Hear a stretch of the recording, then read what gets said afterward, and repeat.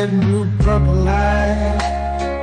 Friends, red, blue, purple light. Friends, facts, red, blue, purple light. Friends,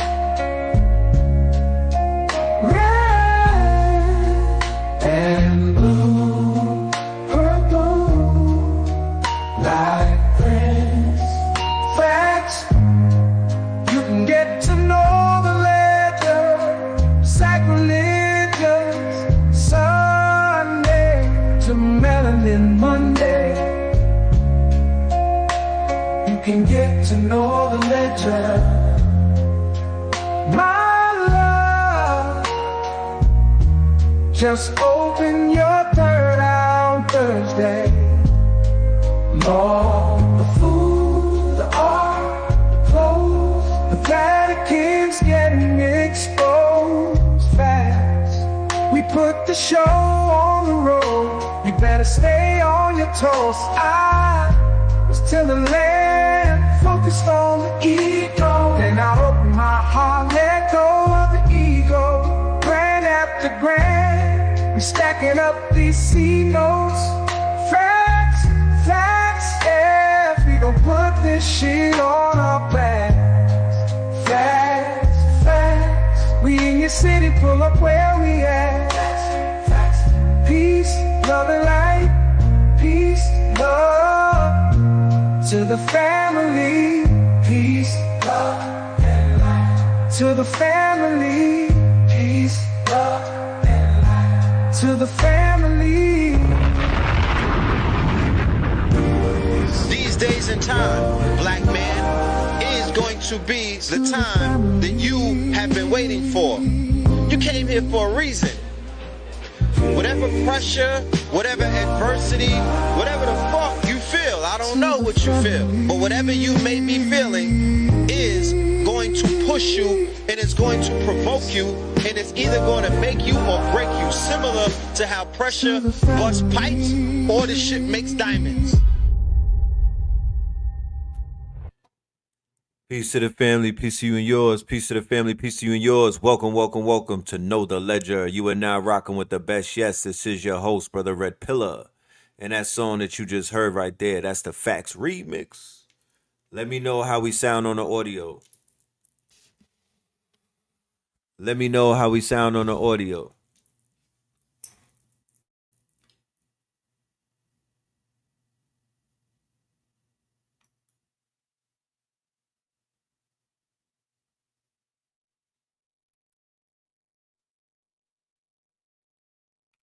We sounding good? We sounding good? All right, awesome, awesome. Let me know at any point when we have any issues with the sound, all right? So I could fix it, okay? Peace, love, and light to everybody pulling up in the building. Peace, love, and light to everybody pulling up in the building. I just want to say greetings. Happy Monday to all. All right. Today we're going to have a conversation. All right. And this one is going to be dealing with our endeavors, our new initiative that we are moving forward with. All right. First and foremost, I want to give a special shout out to everybody who have been tapping in, sending emails, responding to the call of action, right? Showing their interest, showing their willingness to participate, and showing their support for the call that we made for our quote unquote common unity initiative, right? Common unity initiative. So shout out to everybody who's been reaching out. I'm gonna make sure to send y'all this video. All right. Um yeah. Let us do the roll call. Let's see who's in the building, and then we're gonna proceed with today's episode. All right. Today's episode, we're gonna be dealing with all of the things that this initiative is speaking about. So you could become very familiar with the initiative that we are moving with. All right.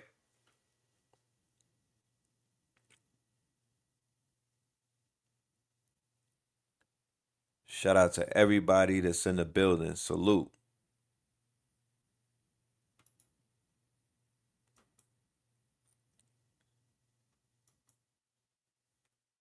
All right. We got Orange, New Jersey in the building. Shout out to Orange. Shout out to Vegas. All right. Shout out to Minneapolis. Shout out to Trenton, New Jersey. Shout out to Harlem. Shout out to Tucson.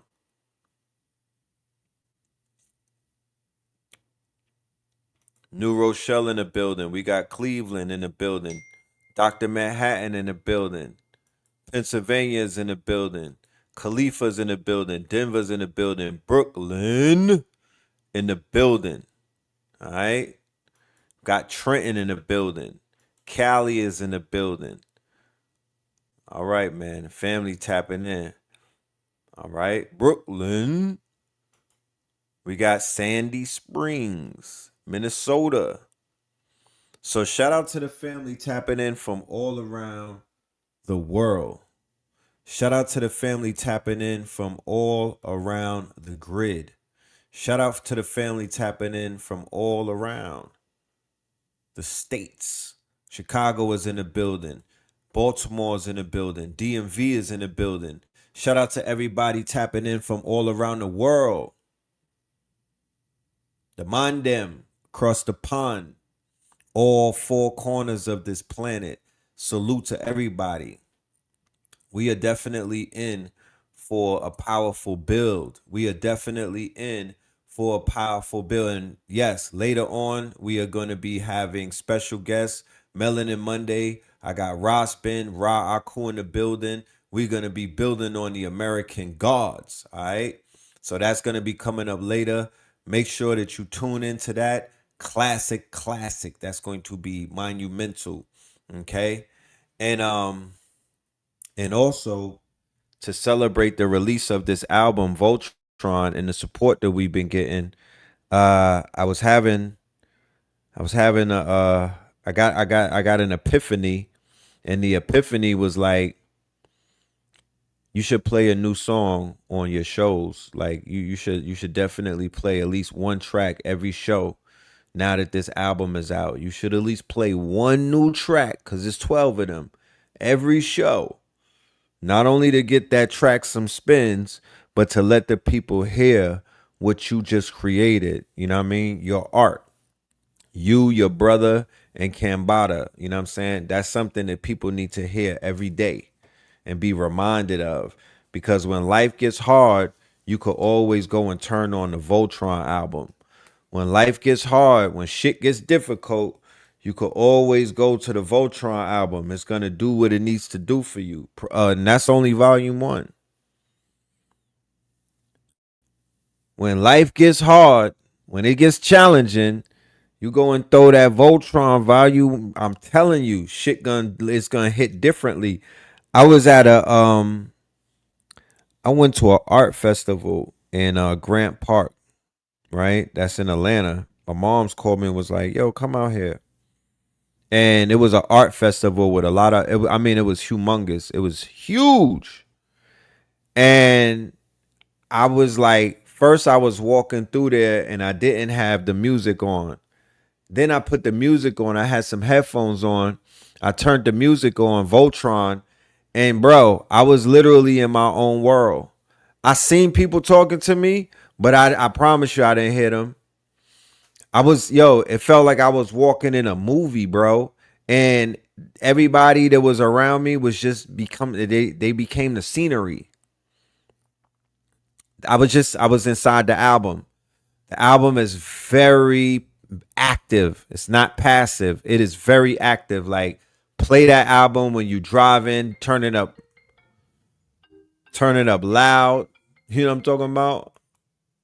Turn it up loud. Have that shit on loud. Uh when you're walking around, you might wanna, you know what I mean? You might wanna even have it on the Bluetooth and let other people hear it. But I'm very, very proud of what we created. You know? Very, very pleased and what we cooked up. Okay? And I think that you will be very pleased as well when you hear it. It's made for all types of fans, all types of musical connoisseurs. You feel me? It's put together for a lot of people who enjoy music. Sonically, best sounding album that I've ever been a part of. It's a concept album, so it definitely is going to take you through different time zones sonically. It's going to take you through different flows, different frequencies. You dig? Uh, all kind of things, different emotions, different feelings. You name it, it's going to take you there. So yeah, make sure you check out the art. You know what I mean? Because it's one thing to get the science. But if you want to get the full picture, you got to get the arts and the sciences because we're artists and scientists at the same damn time, you know? And you can't have one without the other. It's the Academy of Arts and Sciences, right? It's not just science, but it's also art. Because think about it. When you really think about it, right? It's of no coincidence that some of your favorite artists, right, rapper artists, are actually artists. They are actually real artists as well. They draw, they paint, they do comic books, right? You said, where can we hear it? Great question. Thank you for asking that. You can hear it when you buy it. That's where you can hear it. When you get the digital download, that's where you can hear it. There goes the website right there. You could scan it. We're not currently on Bandcamp. The Bandcamp release will probably be this week. And when I upload it to Bandcamp, you could still hear the what you would call it, uh you could still hear you'll be able to hear samples of every single song. I'm gonna make sure that I get that going ASAP. But right now, we are not on the what they call streaming, digital streaming platforms. We did that on purpose because we are actually boycotting. You want to, to boycott Target. Yes, yes, boycott Target, boycott Spotify and the other streaming platforms while you're at it. You feel me? Because they're doing bad to the artists. They are actively robbing people, and I will not participate in that malarkey. So we have a website, right? It's on chemistry.com, and there goes your digital download. Or if you're a super fan, you would get the bundle, right? If you're a super fan and you're a collector and you know that these things will only go up in its value and whatnot, then you go ahead and you get the collector items. So that's on chemistry.com. And yeah, CDs have been coming in the mail. People have been getting their CDs. And shout out to everybody that's been posting their CDs. We see ya. Keep on posting them. Everybody that's out there. The best way that you could be of assistance, because this is, once again, this is one of those experiments where we're saying, you know what? We're going to go ahead and we're going to put the power in the hands of the people. We don't want to talk about the corporations. We don't want to badmouth the corporations. We don't want to expose the corporations. We don't want to, speak of the evils of the traditional record industry, right? The old school record industry, and then go right behind and get a record deal and be with a record industry and be inside of the record industry. What use would that be? Why would I work hard and create this level of art? Why would I put my blood, sweat, and tears and my creative ashe into any of this artwork just to put it into the hands of the people who, historically, systematically, and intentionally is robbing people. Yes, it is available on vinyl. It's available on vinyl. It's available as cassettes, and it's available as CDs. And when you buy each one of them, you get the digital download. But yes, the vinyl is available. Now, the thing with the vinyl, ladies and gentlemen, and I need your assistance, if you don't mind. I would like the assistance of the crowd, the audience, right? The fans, right? For the vinyl, we want to put out a contest for the album cover design. Okay. Because we did agree collectively that this is going to be the cover for the CD, right? It's digital and it's AI on purpose because there's going to be a visual. Remember, this is a soundtrack. Voltron is a soundtrack, ladies and gentlemen. I don't know if you know it or not. It's a concept album and it's also doubles as a soundtrack, but it's a concept album and, it's basically an animated film, right? However, there's also another side of Voltron that is not that is not that. It's basically, that's why we're rolling out real videos, real, you know what I mean? But then it's also doubles as an animated album or animated film or, whatever. We want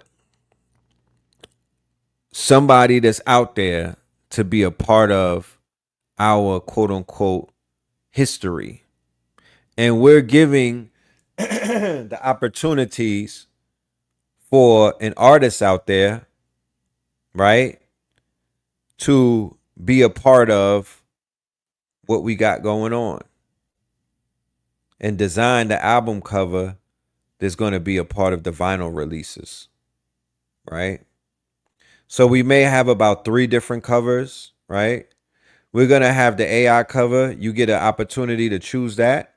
You get an opportunity to choose the other 2 covers, and that's going to be the vinyl that you'll receive. And in that vinyl, it's going to have, special caveats to it.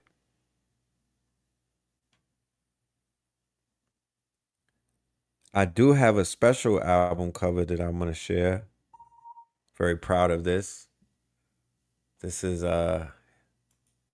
his first foray into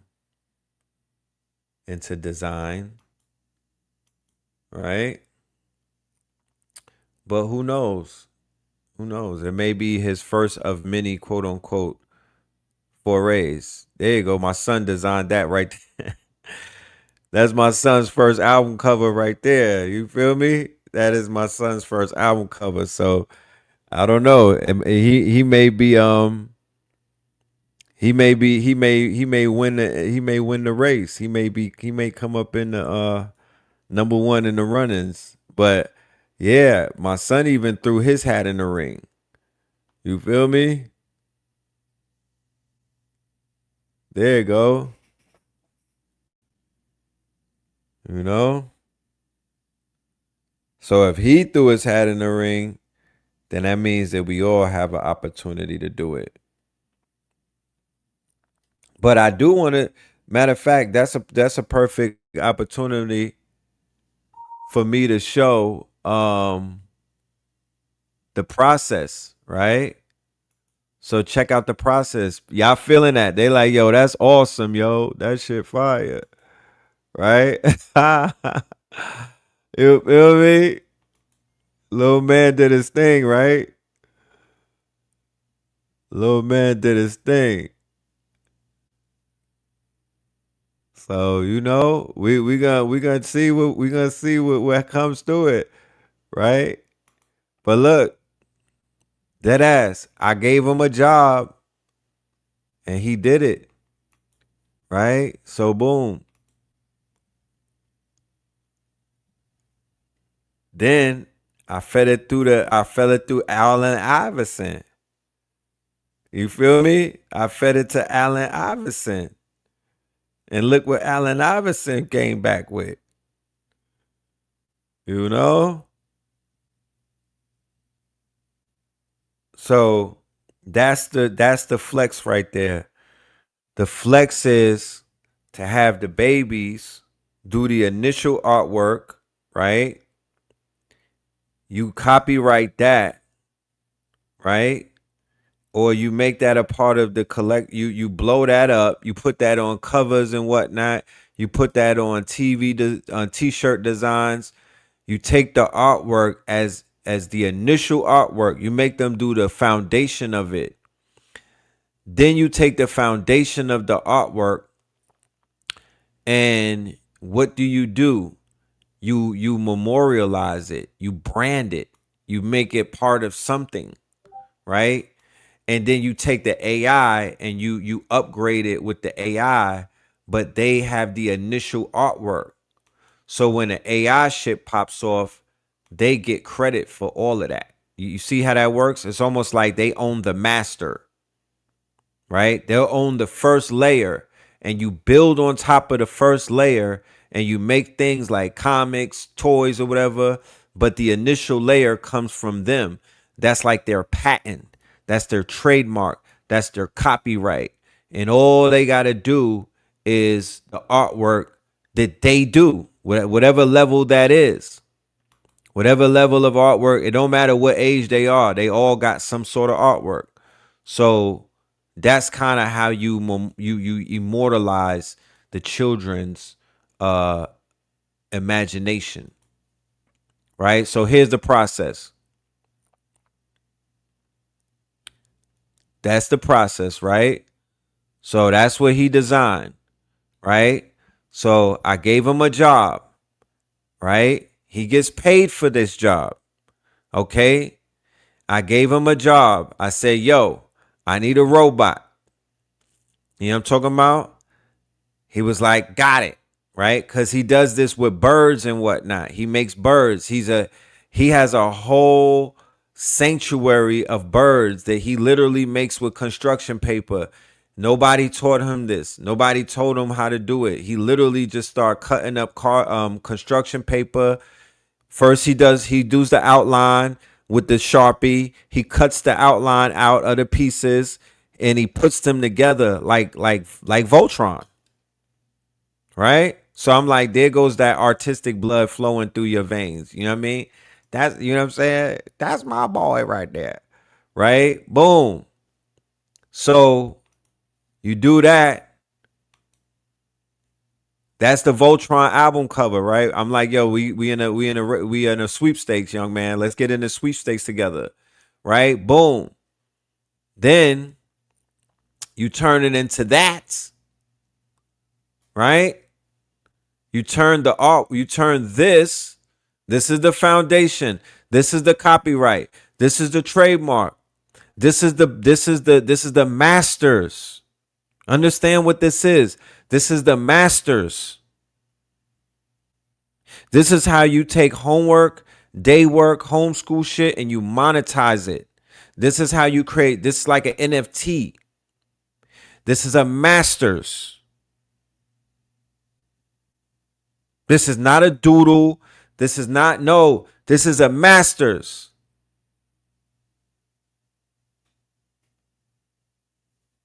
Then boom, you turn it into that. Now, when you turn it into this, you could breathe life into this. Sort of like how people consecrate toys or dolls. You breathing life into it is basically just giving it a voice. Remember when we would watch Transformers and it's Megatron and they had the big one that was like the planet and whatnot? You didn't know how dangerous he was until he says something. Right? Galacticus. You give it the ill voice on 11 Labs, or you use the open source Fish or whatever ones that they have. They got open source 11 Labs. You can make this thing a powerful voice. Unicron. When you heard Unicron, it was like earth shattering. So you give this character right here a voice and a character arc is what they call it. You build out a story around him. That is called the mythos. That's called Fable 5. And then you put him in the story. Every day you write a story and you basically put him in a narrative. He could take the revenge against all of your Illuminati enemies. People gang stalking you, well, send a robot at Robot Voltron Force. That's the big bat robot man. That's the robot man with the key in his hand. That's the biggest robot man. So now you own the masters. Let's go back. You own this This is the masters. That nobody. So you know when when they come out with a character and then they send in fan art and somebody makes a depiction of the character. No, reverse that. That's not how. That's not, the money is not there. That's not where the money is. The money is to follow it through this route. You start the character.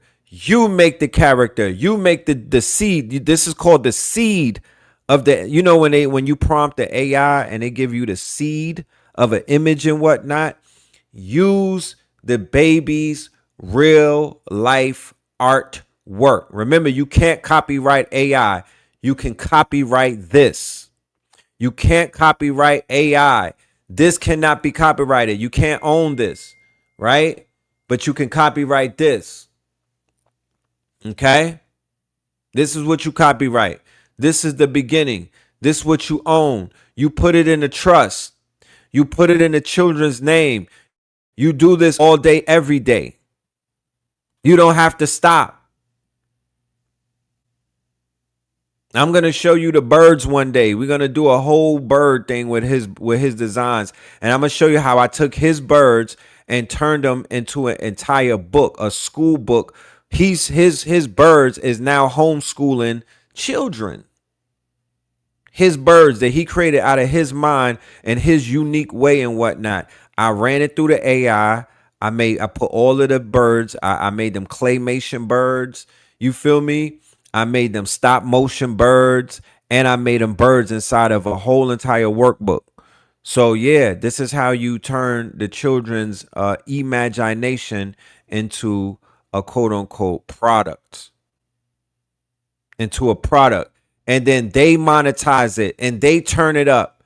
You know that you could actually dance in a video and make that robot do the same type of TikTok dance. This robot could be doing spin that. It could be doing the Young Money dance, the Young Miami dance. It could be doing the spin that shit dance, right? So if your kids know how to dance, they could turn that image right there into a video of them dance. That thing could be dancing just like them. They could do the voiceover of these things. I mean, the sky's the limit. This shit could be on YouTube, animated videos on YouTube, the same way that Baby Shark and Coco Melon is. What are we talking about? That you got all you got to do is spin that shit. Get your tokens. YouTube is purging AI content aggressively, right? And the Chinese YouTube rival just set up shop the other day. So we going to China. We got the China flow, right? So that's just one little caveat on how to go ahead and monetize it. But back to the album cover. Y'all let me know which one we should go with. I like this right here as the Voltron album cover. This is fire. I would listen to this vinyl right here. Like if I went into the record store, if I went into Tower Records, I would buy this shit right here. I'm like, what the hell? It's three. What, you know what I mean? Because think about the look at the anomaly of it. It's grown man bars on this project. It's like it goes deep. You know what I'm saying? It's like it's not backpack rap. It's like God hop rap. You know what I mean? It goes deep. So it's like a little child wrote. You know, you see the dichotomy. You love the paper characters, right? That's fire. That's fire. So and then we have this cover right here too. This cover is fire as well. I like this.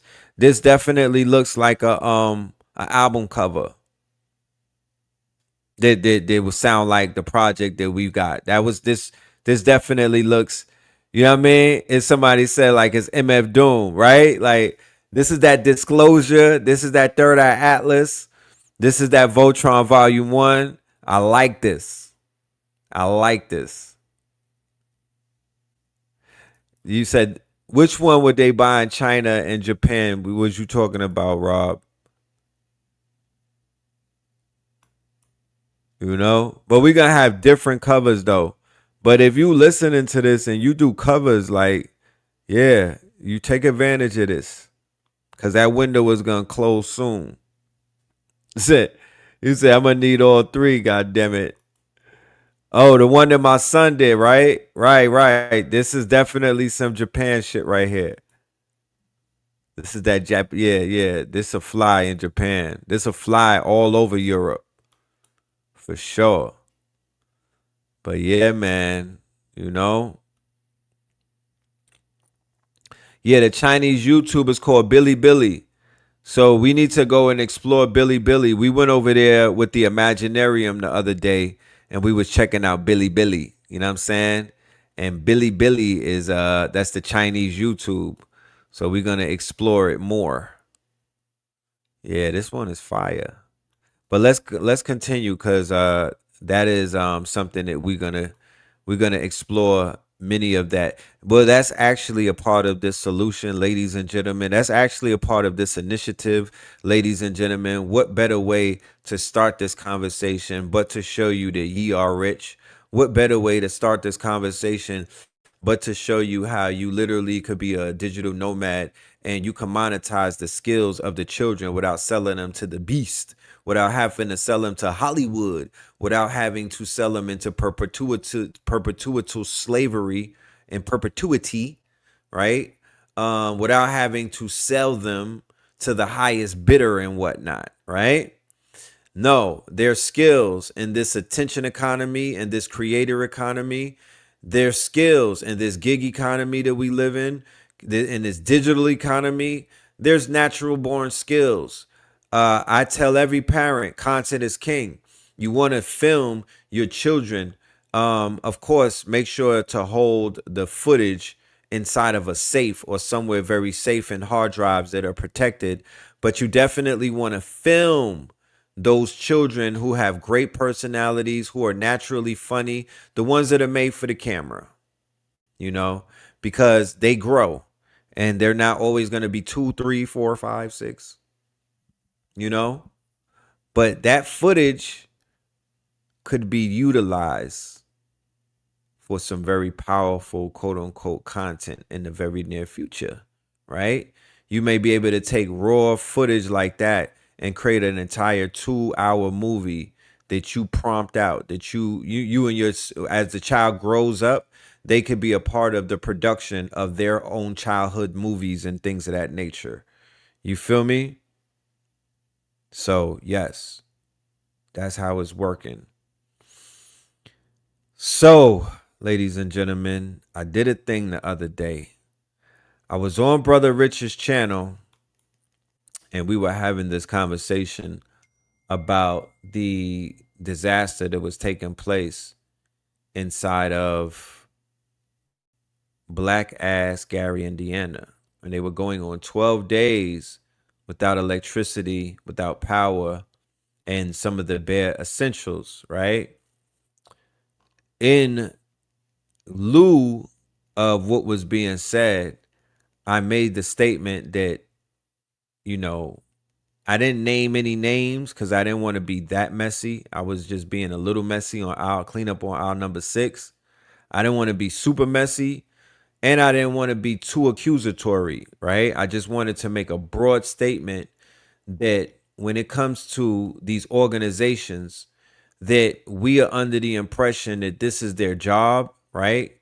When we're under the impression that this is their lane, right? Because inside of social media and inside of this community, these communities that we belong to, we assign people to specific lanes and whatnot.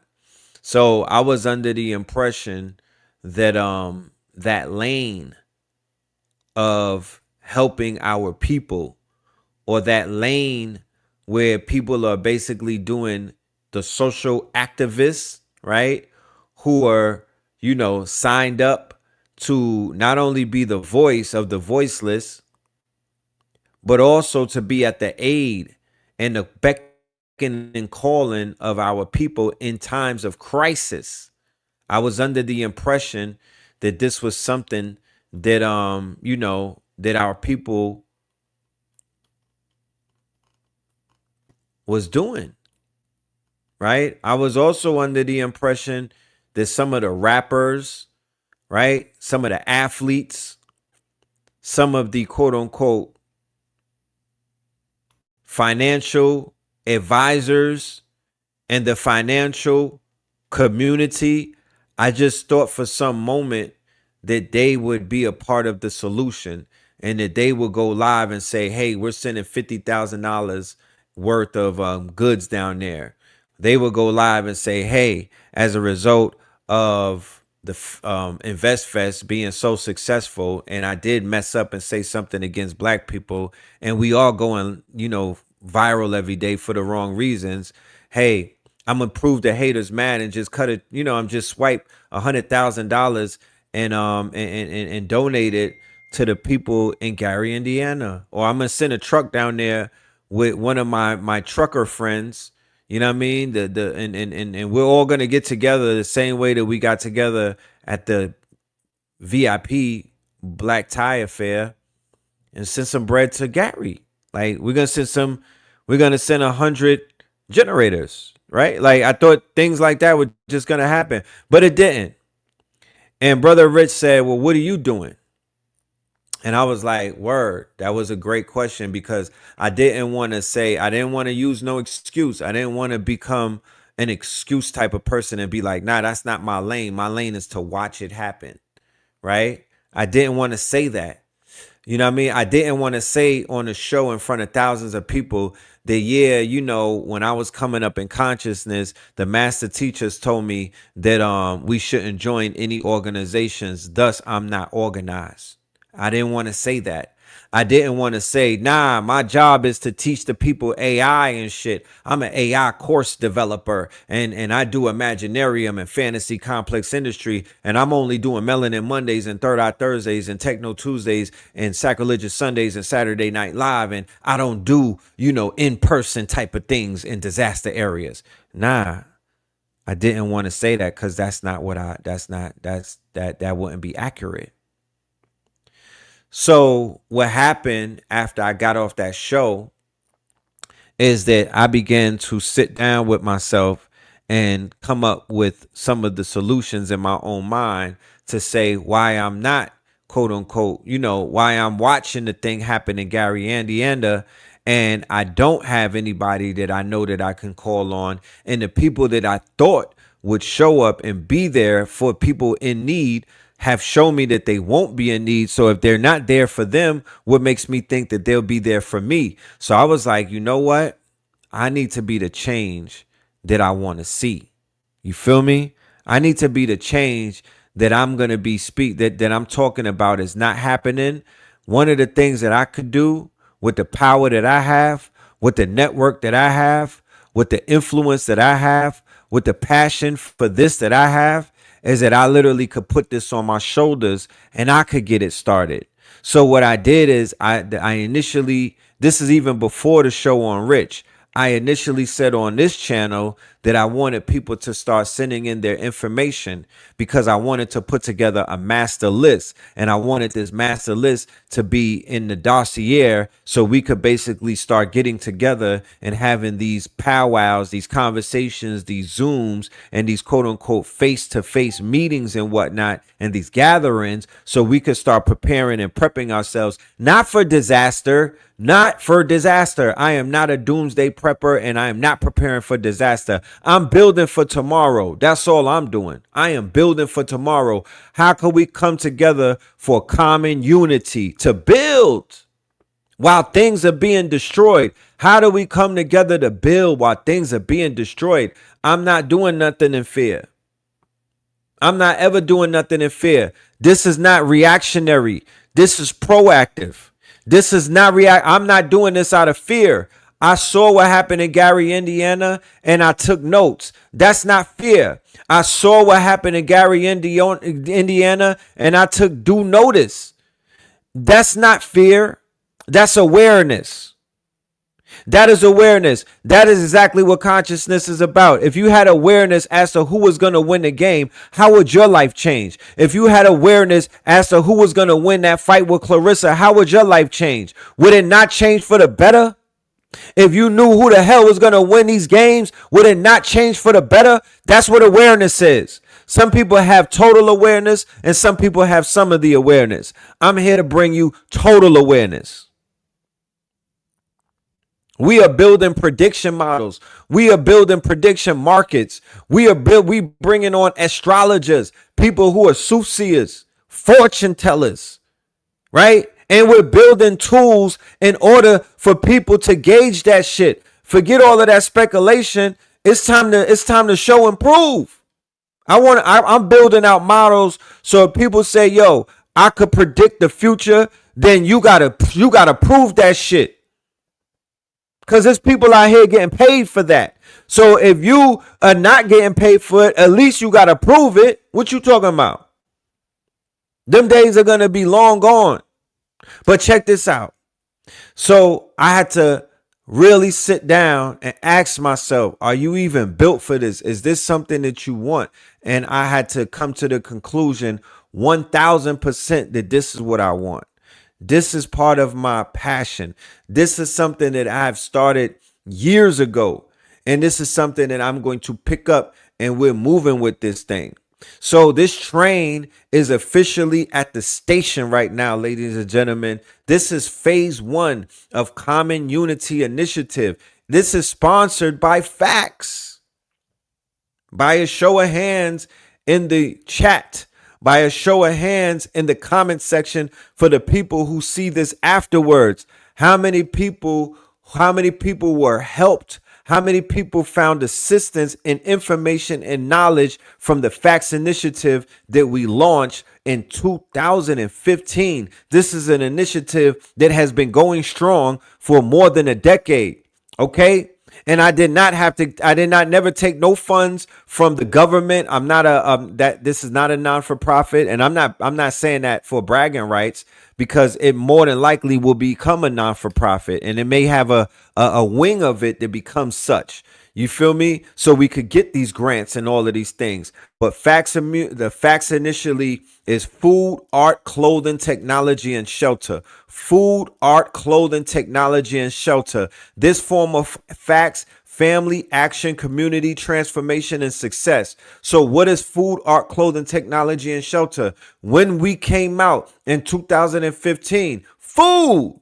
There were restaurants that were serving good food. There were restaurants that were serving vegan food. You had staples in our community that were functioning for more than a few decades. However, the explosion of food trucks, the explosion of food delivery apps, the explosion of people growing their food, the explosion of people making food their living and whatnot, the explosion of people learning about food, changing their diets and everything, horticulture, all of the things food related, that began to explode. Art. People understood what art was, but they couldn't make a movie back in those days. People were like, yo, they wanted to make films. They wanted to make art shows. The explosion of black artists prior to F.A.C.T.S, when we started talking about the food and the art, bringing art through the lens of consciousness, right? Showing artists through the lens of consciousness, showing them through the lens of apparel, showing them through fashion, showing them through all of these things. The flyers from back in the days and Blog Talk coming all the way up to now. The arts, the music, the video games. Now people are making video games. Back in the days, we were just talking about when we're going to be able to make the video games. But we were talking about making comics, video games, cartoons, toys, merch, music, albums, cassettes, vinyls. That was a part of the F.A.C.T.S initiative.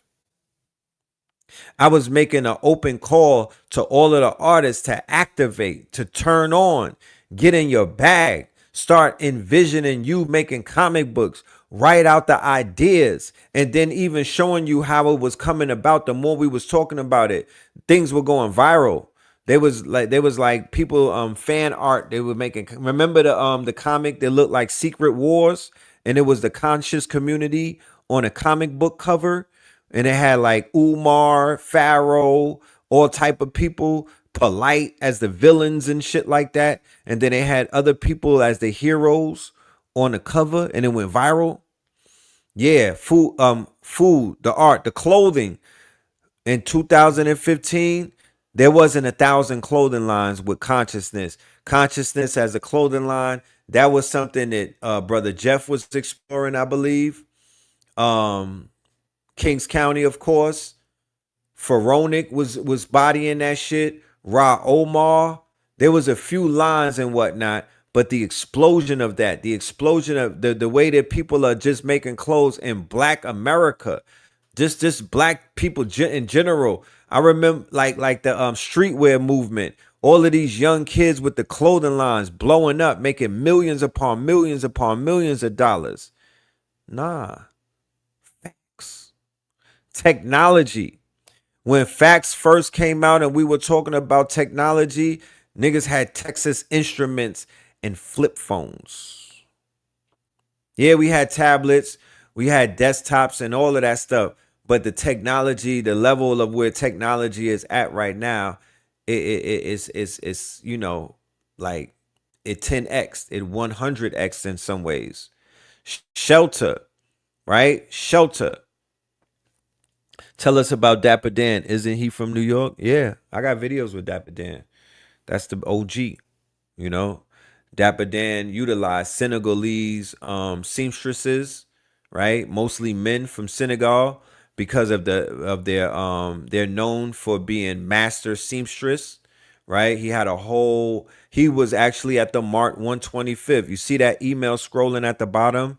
That I want everybody to send an email to if you want to be a part of this initiative. This is the Common Unity Initiative. If you're a 501c3, if you're a nonprofit, if you are a quote unquote small business, if you are a LLC, if you're an organization, if you're an organizer, I want you to tap in with me. If you're about solutions, if this is something that you want to be a part of, if you even want to know what this is fully about, just hit me up and I'll send you information. I have my representatives reach out to you. We could do one-on-ones. I'm doing Zoom calls and whatnot. We're doing a Discord group. We're getting real serious about this, right? We're not going to get caught lacking, and we're not about to shrink in the face of any type of adversity and whatnot. We're going to utilize our time, our energy, our connections, our network. If I'm gonna be on this internet talking to y'all, I gotta be up here doing stuff. I gotta think big and I gotta do bigger shit. So if I'm gonna be up here, because this takes a lot of energy, it takes a lot of time, it takes a lot of commitment. The consistency is literally unmatched. You feel me? The persistency and the consistency is consistent. It's doing what it's supposed to do. But we're in a new timeline right now. We're in a new epoch right now. We're in a new era. We're in an era where we need to make solutions happen, tangible things, real things. We are grown. We are grown. These elders need us. You heard the elder on Father Rich's show. She said that she needs protection. She literally is sitting on thousands of gallons of water. She has water. She has fresh water. She is an elder. And she's like, Mama, my mother called me. Like Mama Pill called me up. Like, yo, I'm locked in. Like, what I gotta do? I'm ready to go. The elders deserve to be on land where they not paying bills, y'all. Like, what's up? The elders deserve to be on a land where they don't have to be afraid of somebody breaking in or violating or stealing or doing anything that keeps them up at night. Yeah, Mama Callie. The elders don't need to be paying no bills. Like, what the hell? Why is that so hard? I don't understand. What's difficult about that? While we wait for these checks to come to us, while we wait for justice to come to us, while we wait for certain things to arrive and whatnot, why not just take our time while things are good? People are waiting for the bad. People are waiting for the inevitable. People are waiting for dystopia while they still have utopia. You still good. Your dollar still spin. Your car still start. What are you talking about? Your card still swipe. Everything is good, my nigga. The only reason that it's hard is because we making it hard. We not forming Voltron. That's the only reason why it's running away from us. There's a formula that should be utilized, and it's not being utilized. It's not even being considered, bro. That's where the problem is. So here's what I wrote. Here's what I wrote on my IG post. I said, so I did something the other day.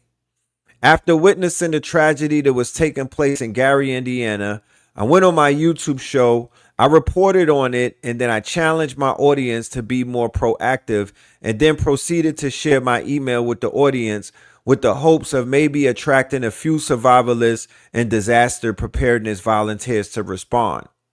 Little did I know the response was going to be a flood of emails and contacts of folks who want to get ready so they don't got to get ready.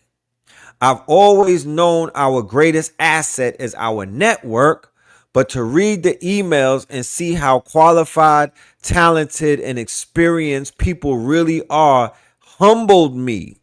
Then last night on Radiohead Rich YouTube channel alongside Professor Griff, I made a similar call for action and they responded with an overwhelming amount of emails. I couldn't sleep because my mind was in overthinking mode, and ancestors visited me in my dreams and instructed me to push this line even stronger because they said the only thing you are lacking is organization and structure. I've been wary of organizations and groups since the early days of the conscious community, primarily because the master teacher said to avoid groups and organizations and focus on self. In other words, man, know thyself. Fast forward 20 plus years later, the part of myself that I know fully is my eagerness to be of service to my people skills and the passion that I have to see the elders, the children's, and these families safe and prosperous. So here we are with a call for action, a pledge to use my knowledge in AI and technology to build more tools to bring the tribe together and to solve some issues. A commitment to develop a system so we don't have to be asked out waiting on the government to govern us, and to never rely on Hollywood niggas and bougie boule blacks to save our lives in case of emergency.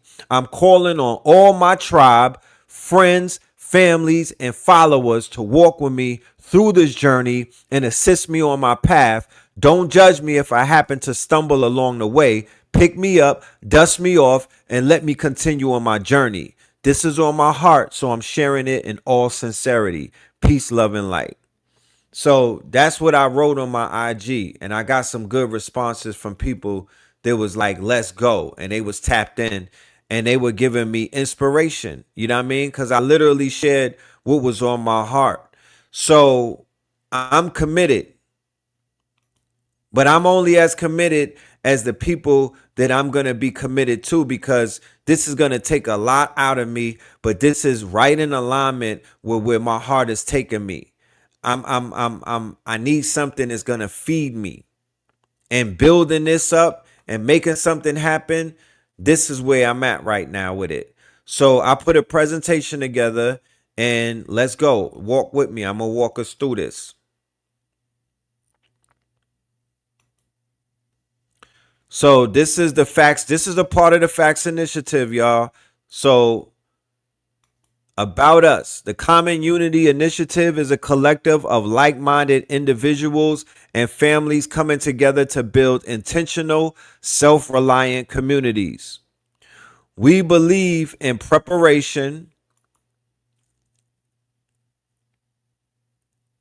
not fear, creating sustainable systems, strong relationship, and shared knowledge to thrive in any future. To build our mission, this is our mission, to build resilient, self-sustaining communities that empower individuals and families to live with purpose, preparedness, and unity, no matter what comes our way. Build self-reliant communities, share resources and knowledge, strengthen families, prepare for any event, leave a legacy for generations. What we do: build and develop off grid infrastructure and sustainable living spaces, grow and produce food forests, gardens, livestock, and preservation systems, store and preserve water collection, filtration, and long term storage solutions, secure and protect community safety, emergency planning, and defense strategies, educate and empower, skill building, training, and passing down essential knowledge. Who we are for, right? So we get this straight. Anyone who is ready to take responsibility for their future and the future of their family.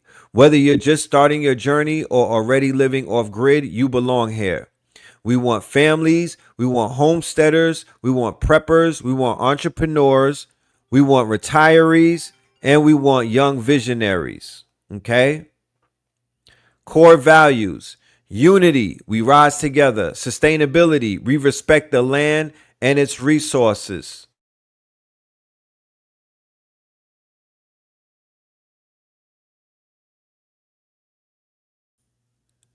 empowerment, we take action and build skills, right? Integrity, we lead with honesty and trust; legacy, we build a better tomorrow. Okay?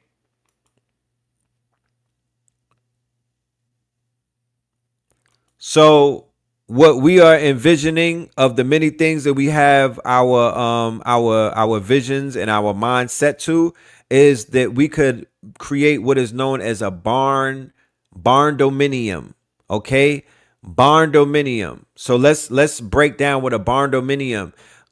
This right here, these are the acre boys, and more than likely, right? Because quiet is kept, they even have a program called F.A.C.T.S. And these are some good brothers that I met a few years ago on tour, right? And the brothers are they've been doing great things, securing land, helping people buy acres, even helping families that are sitting on multiple acres. They've been helping people monetize, and helping our people, our community, right? How to find land very affordable and even flip it.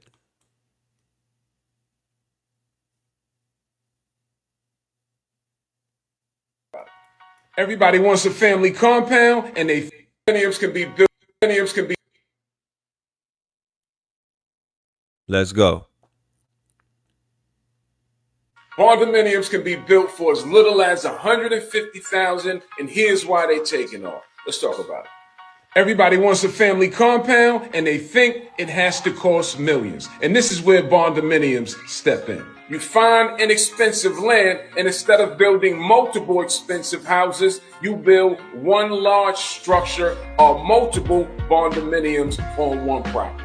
Now your whole family is on that land, but everyone still has their own section and their own privacy. You can design it exactly how you want your family to live. Separate wings, shared kitchen space, rental units, and even office space. So now your land isn't just where you live, it's where you grow wealth. So stop thinking one house at a time and start thinking family compound. And with that said, go out and get our family compound blueprint mini course, a step-by-step guide to get you started with your family compound. Comment the word compound and it's yours. See, I know the motto: invest in dirt, it's a clean way to make money.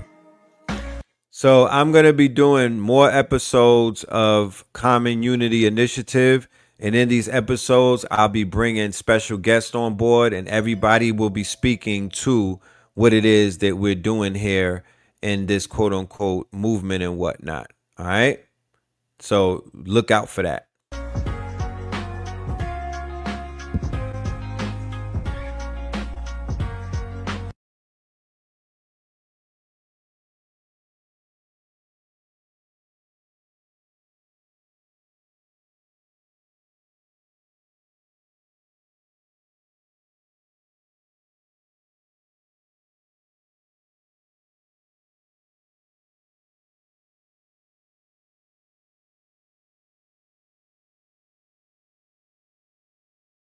So these are the barnariums, as you can see. This is what they look like. All right. And these are doable right now. We don't have to try to think of survival and think in lack and think that we don't deserve this, because we definitely do. Let me play this video real quick.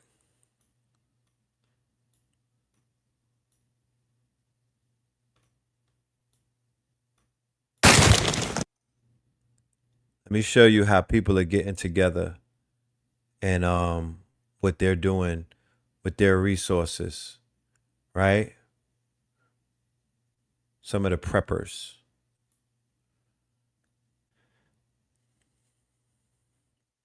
We'll come back and cover all of this. I just want you to check this out.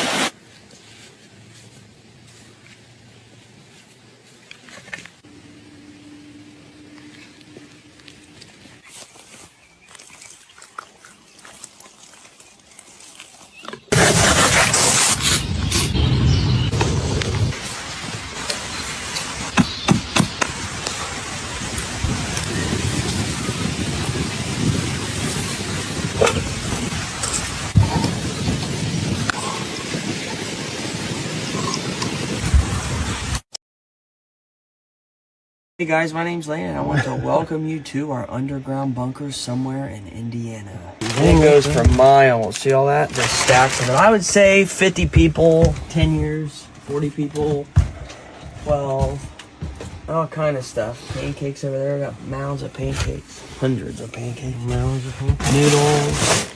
We check the stock on it from time to time. Throw out what's bad. A lot of coffee. All our meats are down there. Applesauces. That's rice. You got your white balsamic vinegar for salad. We got all of our powder, bread flour. We got our Lowry salt seasoning. What you see here is rice and beans. You got pinto beans. You got rice and white beans. We got beans for days. And this is all Augusta Foods. Augusta Farms. Look into Augusta. It's a good prepper food. It lasts 30, 40 years. It's good, and it's good for you. Oh, it's not full of sodium. Come down this way. Yeah, this is hundreds of thousands of dollars worth of stuff. So this is hundreds of thousands of I dollars. think you've got like 400,000. Because all your money's in this fucking meat over here. So now we got our syrups.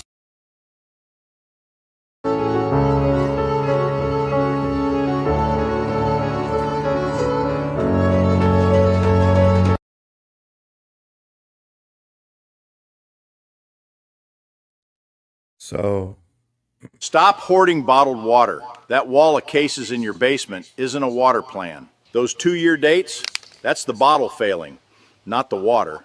Warm plastic goes permeable and absorbs every odor around it. Worse, 30 cases can disappear in days for a family of 4. Massive space, tiny payoff. Do this instead. 3 layers. First, store water in stackable food-grade HDPE containers. More water, far less wasted space. Second, capture it. Keep a bathtub bladder nearby.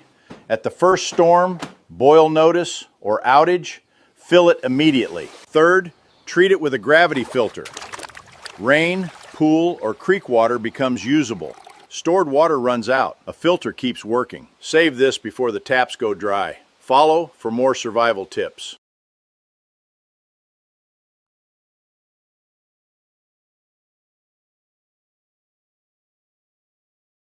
you heard what he said. Stored water runs out. A filter keeps going. Right? Something as simple as that. Completely just changed my whole entire way of seeing water storage and water filtration. If it rains somewhere, you should be able to survive because you'll be able to turn rainwater into drinkable water. You'll be able to turn all type of water into drinkable water with a portable filter. With the right type of filter, you could turn seawater, right, into drinkable water. Comment the word SMART and I'll DM you the video on how you can create an on-demand water supply for your family. 5 things that will be harder to get after shit hits the fan than food. Reliable information. After an emergency, bad information travels faster than good information. Rumors can send people into blocked roads, crowded streets, or into danger that doesn't even exist. Have more than one way to get reliable information. An emergency radio, weather alerts, local emergency alerts, ham radio, police scanner. You don't need to be the first person to know, but you need to be able to confirm what you hear so you can make smart decisions. Prescription medications. The food in your pantry, you can probably stretch that if you had to. Most people can't stretch prescription medications. A missed refill can be a lot more dangerous than getting low on groceries. Have a backup supply, if possible, of all the medications you and your family members take, and, ideally, a backup supply of antibiotics. But Derek, I can't just get a prescription for antibiotics. Actually, you can. There are a number of online companies that do this. You go online, you fill out a health questionnaire, a doctor reviews it, approves your prescription. They market these to preppers and people who travel a lot. And the company that I found has the best low-cost basic kit, Ozio Medical. The other thing I like about them, if you want more of one particular medication, you can add that onto your card at checkout. If you want to check them out and save an additional 10%, write RX down in the comments and I'll direct message you a link to the company with the coupon code CASH. When the grid goes down, ATMs aren't working, credit cards aren't working, your cell phone isn't working, cash is king. But Derek, in a real collapse, cash will be useless. I'm going to invest in brass and lead. Yeah, okay, if it's a Mad Max scenario and you need to just get fuel out of the wasteland, cash is useless. It's just paper. Real crises, when the grid goes down and end is in sight, cash is king. Clean water. After a collapse, even if water is available, clean water may not be. What's worse, people will drink contaminated water, then get sick, and try to seek medical help that may not be available. Store water before you need it and have the means to both filter and purify it. 2 different things. If the tap water's running and you're unsure about it, hit it for a rolling boil, 1 minute. Fuel. It's what keeps cars moving, generators running, chainsaws cutting, and in some cases, homes heated. When shit hits the fan, gas stations will go empty before you know it. The lines will be so long, sitting in them will be pointless. You don't need to hoard gasoline. That can be dangerous, but you should certainly have some on hand to get you through. I've done videos on gas storage before. In a nutshell, metal containers. You know those dirt bikes, right? You know those dirt bikes? Or shit, all the way from the scooters that they have, those electric scooters, all the way up to like a motorcycle cycle, like a Kawasaki. But dirt bikes, motorcycles, scooters, sit-down scooters, stand-up scooters, those 2 gasoline canisters in your garage or something, or your basement, that will help you move around places a lot faster than a sedan, a car, even though, you know, maybe if you got to move around, but if you have to move, of course, you want a damn U-Haul, right? You don't want to leave stuff behind that you need. But if you got to move around and maneuver, you should learn how to drive those bikes. Feel me? You should learn, you should learn, have one of those somewhere just sitting.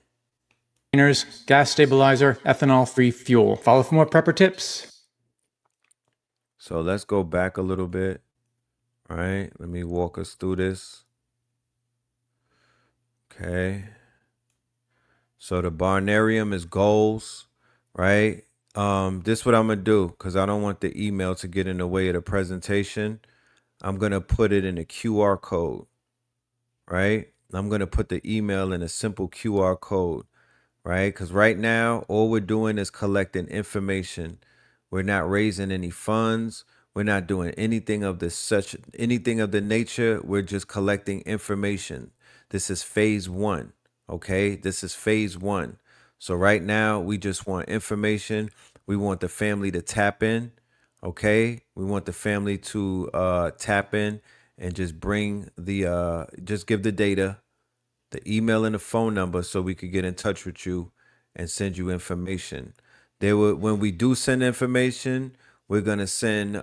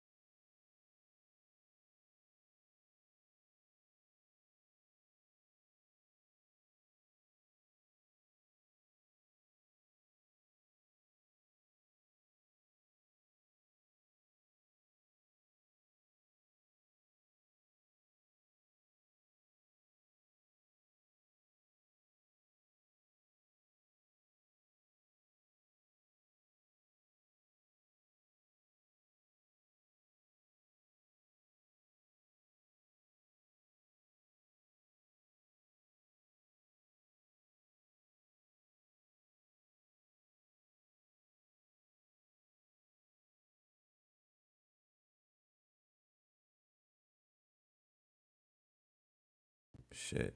Pardon me. I didn't even know. Okay, yeah, we're back. Yeah, just hit the email. Let me take the email off for a minute, but this will be I'll put it back up in a few minutes. Let me continue with this presentation. All right. Okay, so when you speak on a grid community, right? When you speak on an off-grid community, we're going to give the top 10 requirements, okay? So living in an off-grid community in 2026 is, I would say, 10 to 50 times more doable and more sustainable than it was 50 years ago, right? Not to say that it wasn't, but now it has gotten a lot more user friendly, or it stepped up. Things have evolved. The technology has evolved. The process has evolved, right? The research, and there are services, there are products, and there's thousands of communities out there right now, and maybe hundreds of thousands of like Facebook groups and specialized things in that niche, okay, that feed, sustain, and nurture this community. So the top 10 requirements that are needed right now in order to have a sustainable off-grid community is a reliable water supply, right? Clean water is life. Multiple sources, wells, rainwater, filtration, and storage. In my humble opinion, to build a community around a well or springs, right? Thermal springs, uh, natural water springs, wells and things of that nature, that is definitely a requirement. That should be a no-brainer. Food security, grow your own, raise your own. Gardens, greenhouses, orchards, livestock, and food preservation. Sustainable energy, diverse power keeps the community running. Diverse power keeps the community running. Solar, wind, batteries, generators. So definitely it would be a lot of generators in these communities. Okay. So before we say we should spread around thousands of generators amongst the network, which is we will all have, our goal is to all have a personal generator in our place that we domicile. Let's say that we don't live inside of a common unity. We don't live inside of a off grid. We may just be a part of this initiative and we still live in a city and whatnot, or we still live in a house. Well, yes, the goal, the requirements is to have at least a generator, right? Because as we can see, we are note takers and we are going to learn from everything that's being done. Gary, Indiana, Choco, Columbia, all of these places are they're just showing you tests. There's literally dress rehearsals. It's literally dress rehearsals to prepare for something that may happen, right? So if you learn from it and you develop the quote unquote the opposite effect, you develop the solutions, then not only will you fare better, but you will become reliable to other people. You now will have a use case in other people's lives, in other situations, because shit is definitely going to happen. If I could put a prediction on things, is shit happens. Right? So we in a shit happens business now. We're in a shit happens business right now. Okay? And maybe being in the shit happens business will help some of us stumble upon some of the solutions that we were looking for. They may be hiding inside of shit, like everything else. You know? I don't want to be the conscious community. I want to be the solutions community. I want to be the solutions community.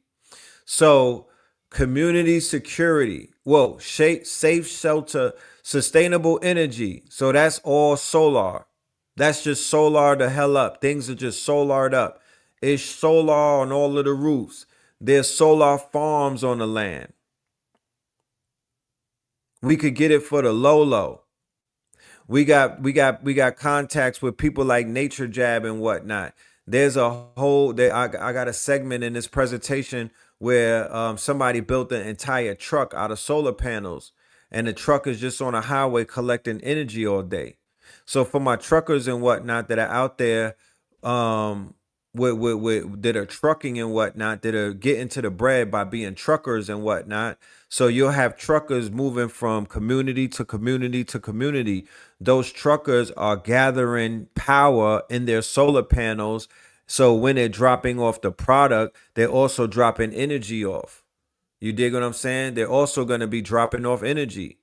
So, um, we have sustainable energy, solar, wind, batteries, and generators. But of course, and then of course we got scientists and engineers in this community who could create energy utilizing the Taurus magnets. You feel me? Free energy. Okay. Shout out to Lester Lovin and whatnot. Safe and secure shelter, durable, insulated, and built to withstand any crisis. Earth bag, container, tiny homes, or natural building. Right? So the buildings are going to be built to be sustainable. They're going to be built to be earthquake proof. We're going to use hempcrete. We're going to use monolithic dome structures and whatnot. We will make sure that these buildings are sustainable. We're not going to be living in high rise towers and whatnot. In case something happens, you get pancaked and whatnot. A lot of these buildings will be of low heights and whatnot. We will have towers, but it don't gotta be I don't want to be on the 30th floor. I'm good on that right now. Um so safe and secure shelter. Can you be a foreman? Of course. And somebody said, do you accept single peoples? Of course. Does a bird fly? We just don't want we don't want no gigolos. Let me stop. Yes, single people are allowed. This is not something that we're keeping nobody outside of. This is, you know what I mean? We're going to do vetting, of course. There's certain, there's going to have to be an assessment test that's going to be taken. And there's going to have to be a selection, right? Community security, awareness, planning, and protection, perimeter security, communication, and trained community members.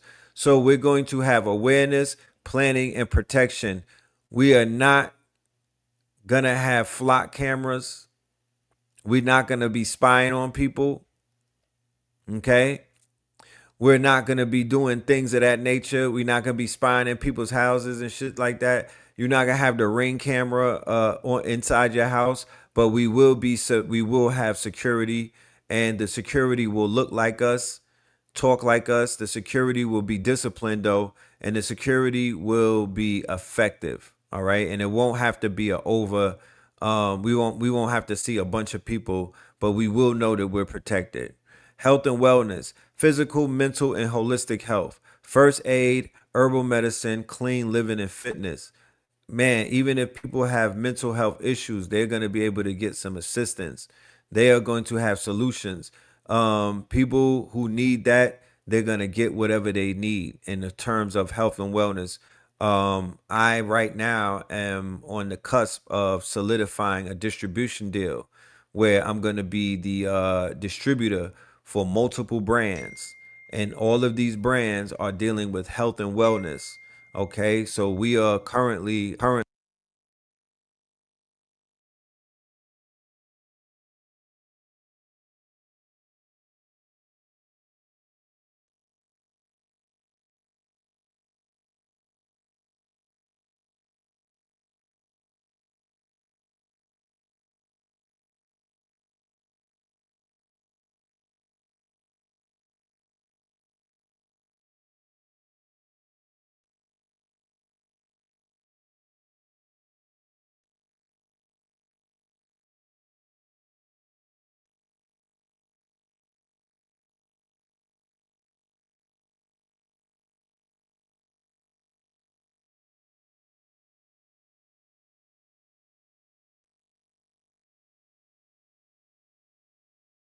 which is literally a $1 trillion industry right now, right? Trillions and trillions. So, skills and education, of course. One of my caveats is education. I am a teacher, I am a scholar. I hope nobody judges me as I climb up the ladder in life and become something bigger than a teacher and a scholar and be like, that nigga was just a teacher and a scholar. What do you think he doing helping people out or building communities or look, what can a teacher teach us? Well, you know what I mean? Stuff like that. I just hope that I don't get judged because I'm just a measly teacher and a scholar. I know people look down on that. That's something that's not even a flex. You know what I mean? That's nothing that you could lead with in conversation. Hey, how you doing, guys? I'm a scholar and you know what I mean? Like that's not the icebreaker on a first date. But you know, we manage. Number 8, communication systems. Staying connected even off grid. Radios, mesh networks, satellites, and emergency plans, ladies and gentlemen.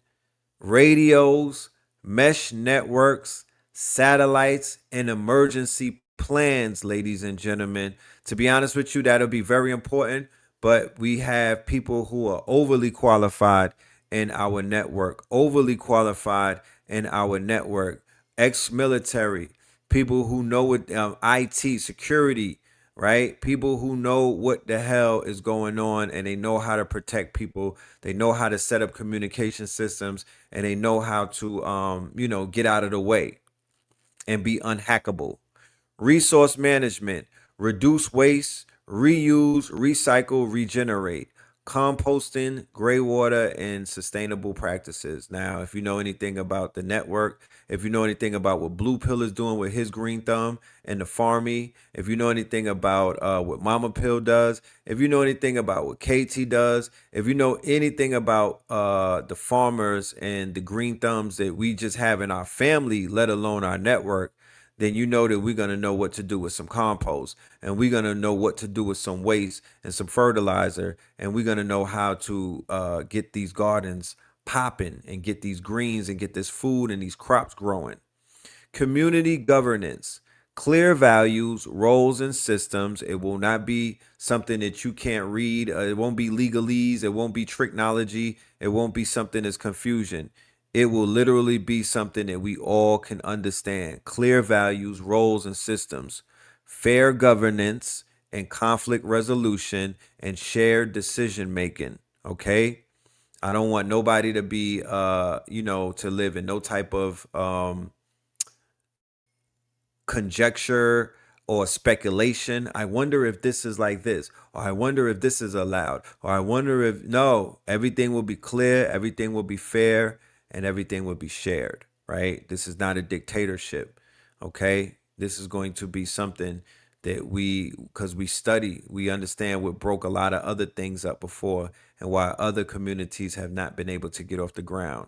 So we're going to utilize just that knowledge right there to move us forward, right? So we want to plan together, prepare as one. We want to build together. We're stronger together. If that's something that people are not in agreement with, no problem. Everything is not for everyone. This clarion call, this call for action, I have 70,000 people on this combined network between KTL, Know the Ledge, and Know the Ledger 444. So this may be for 700 people out of 70,000, right? This may only be for 700 people. Shit, this might only be for 70. How about that? How about that? That it may only be for 70. And that'll, yo, and if, and to be honest with you, this is not even considered a worst case scenario because I won't even say the word worst case scenario. I would say the best case scenario is 7 of us. 7, I could make things happen with 7 of us.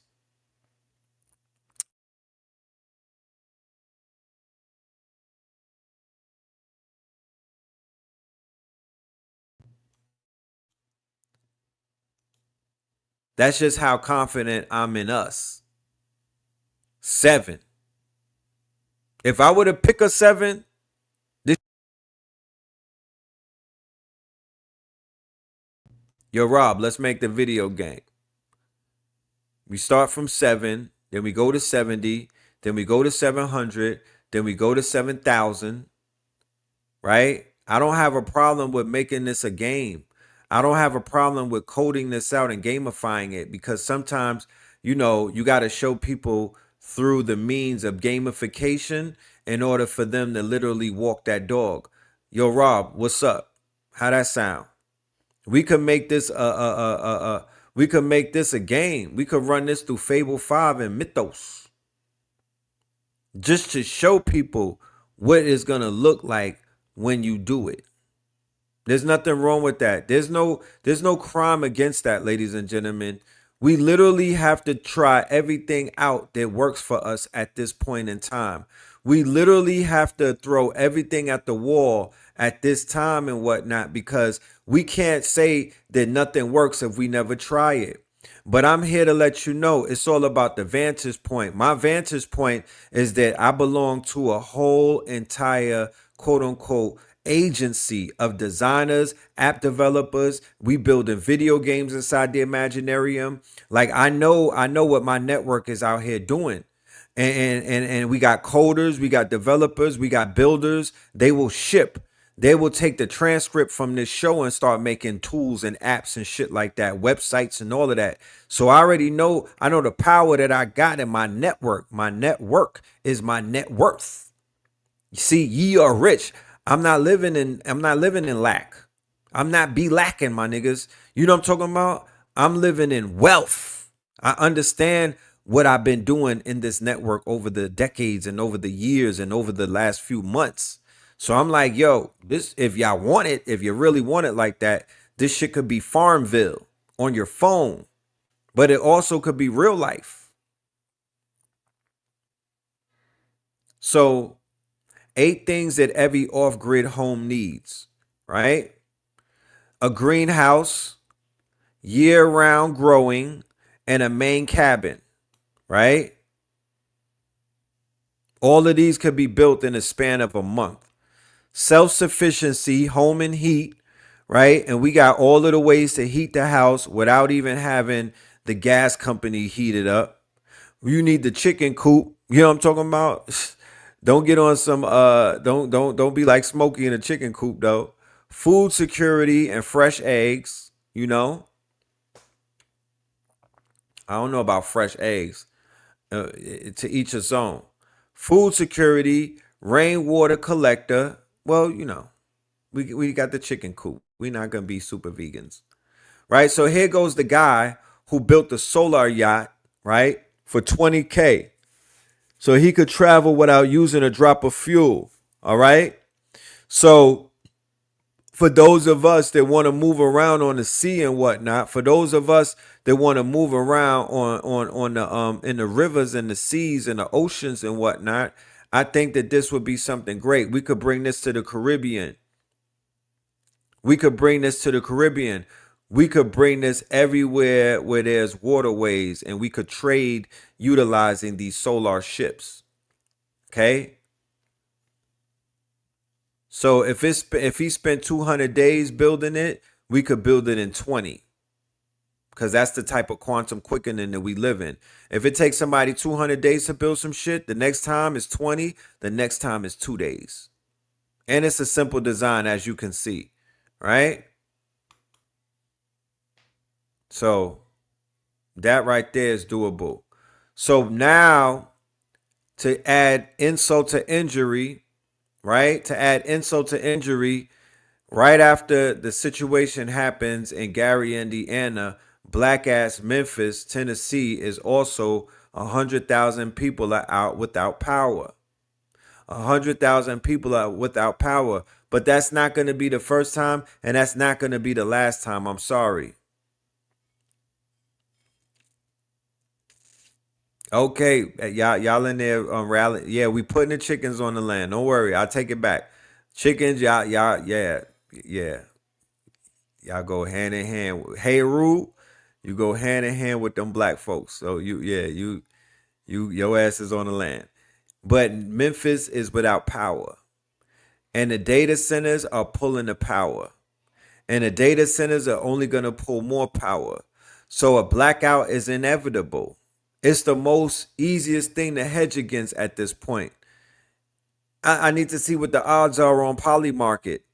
You know what I mean? Like a blackout is inevitable.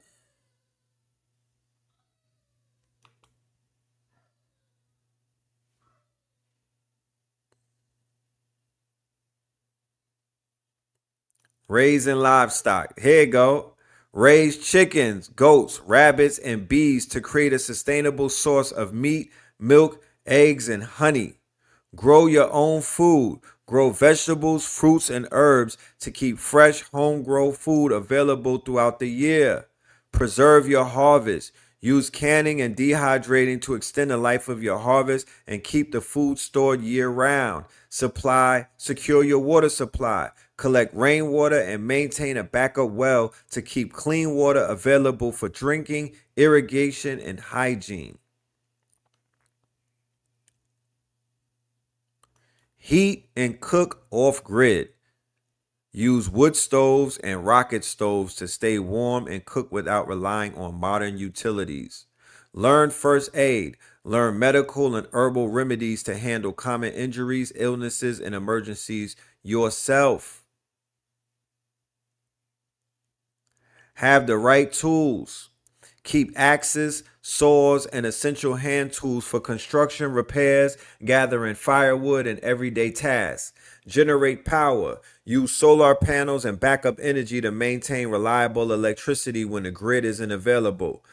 Now, the price of solar panels and the price of generators are going to skyrocket very soon. You may want, if you're into the stock markets, if you're into the markets and whatnot, you want to get into those industries right there and either bet against, buy the stocks and whatnot, or you may want to hedge against other industries if you know what you're doing. But definitely go out and get those tools while they're affordable, and definitely go out and get those generators while they're affordable. And you can snatch up these the whatever solar panels that you can find, because Donald Trump and them collapsed that industry a few years ago. Right?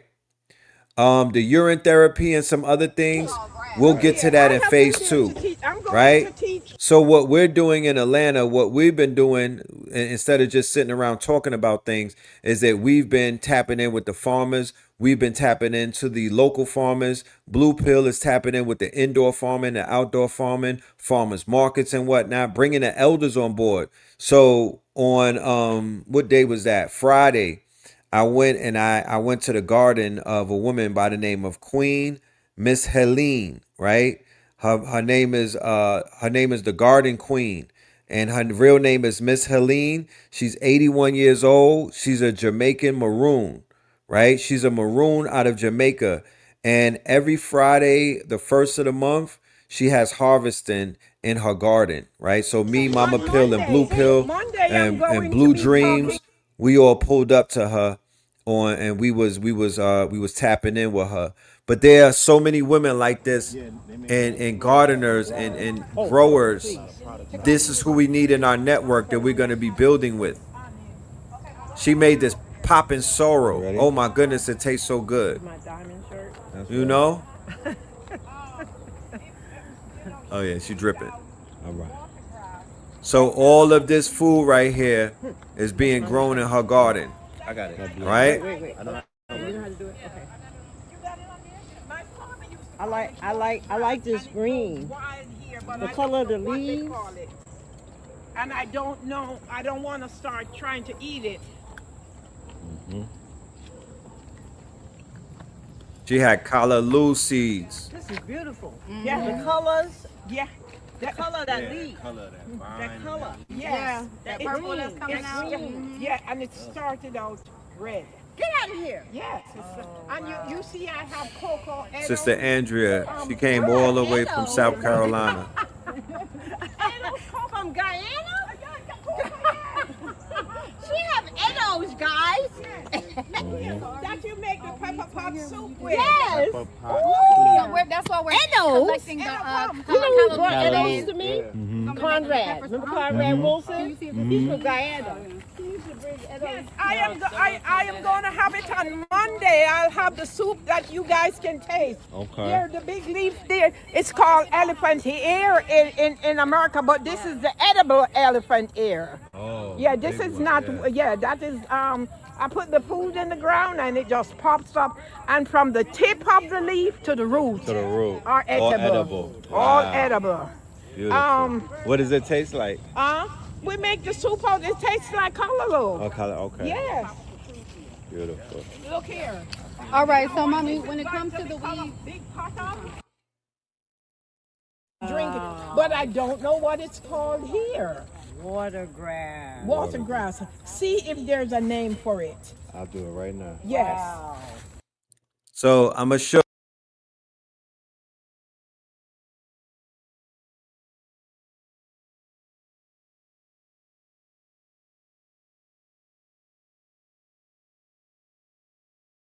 She wanted me to identify it, right? So I went and took a picture of it and I uploaded it to ChatGPT, and this is what it gave me. Right? So when you see a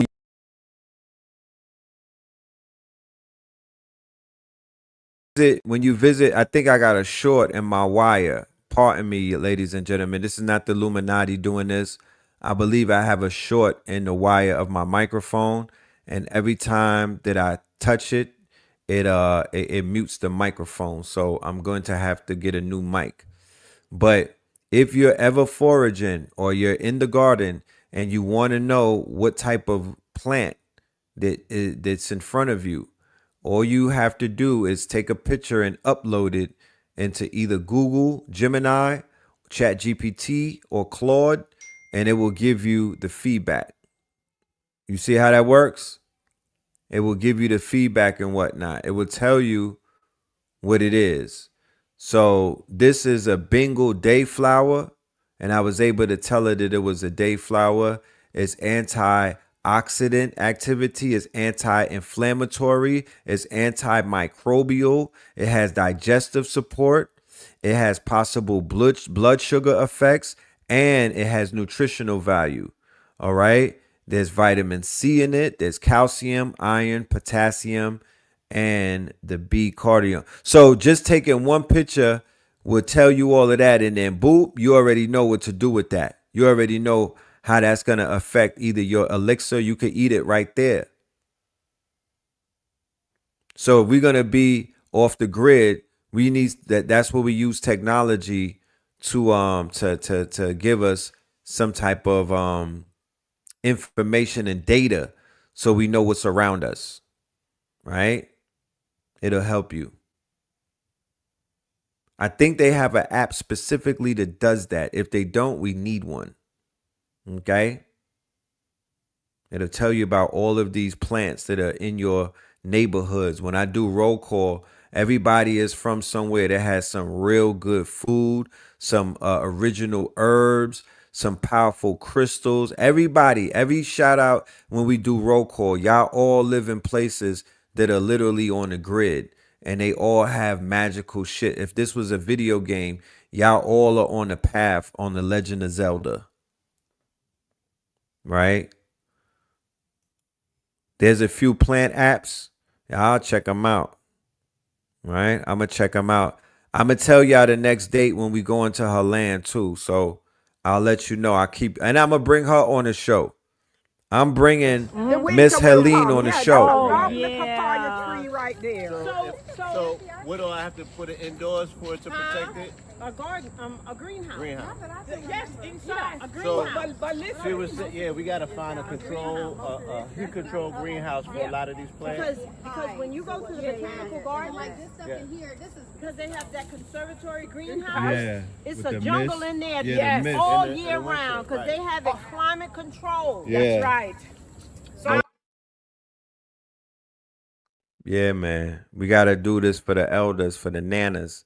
So these are some of the products that we have in our distribution line that we're building. We're going to have a distribution line.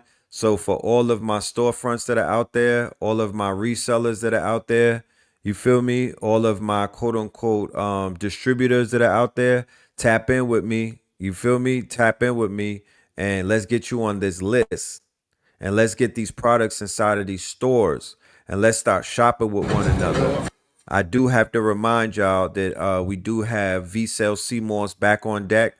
We have V-Cell CMOS back on deck, and y'all might have forgotten that V-Cell CMOS is the best tasting CMOS on the planet. So I definitely have to remind y'all. And I'm also showing you these products because when we go off grid, we have products that are industry standard. We don't have to starve. Our products are going to be sold globally. Our products are our industry. We belong to the conscious industry. We could have our own F.A.C.T.S if we wanted to. You feel what I'm saying? We have a powerful network. It spans around the globe and whatnot. So we won't never be without, because all we're going to do is tap into the industry that's sustaining and life-giving, right? Health is wealth. Okay. Yeah. Check it out. I'm with my man Red Pill. Man, I'm about to try out his CMOS gel. All the way from Cleveland, Ohio. I'm up here in the A. Shout out to Cleveland. Texture is nice.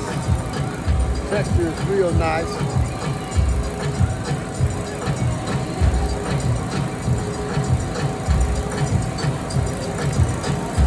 Ice cream. It tastes like an icy, man, like an Italian icy, man. Yeah, different. I'm fucking with that. Hey, and I make a sales CMOS at my Health and Wellness Cafe in Cleveland. Tell them the name of your spot. The Oasis 44 Health and Wellness Cafe. The first and the only 420 friendly Health and Wellness Cafe in Ohio. Located in Cleveland. That's where you're going to find these CMOS.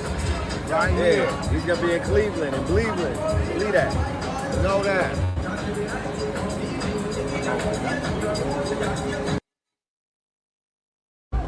You know, we in the F.A.C.T days, right?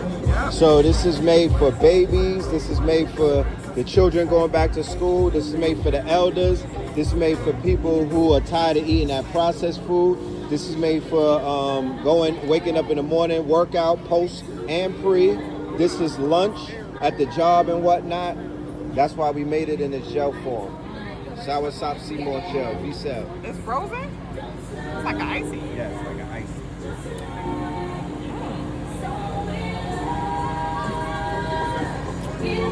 Oh, wow. You said, oh wow? Wow. And the aftertaste, it touches your palate, so I want you to give me how it tastes. It's an initial taste, then it settles in. So it's just like applesauce. It's right. And then it's like, maybe think like a gummy, but it's like, damn, that's good.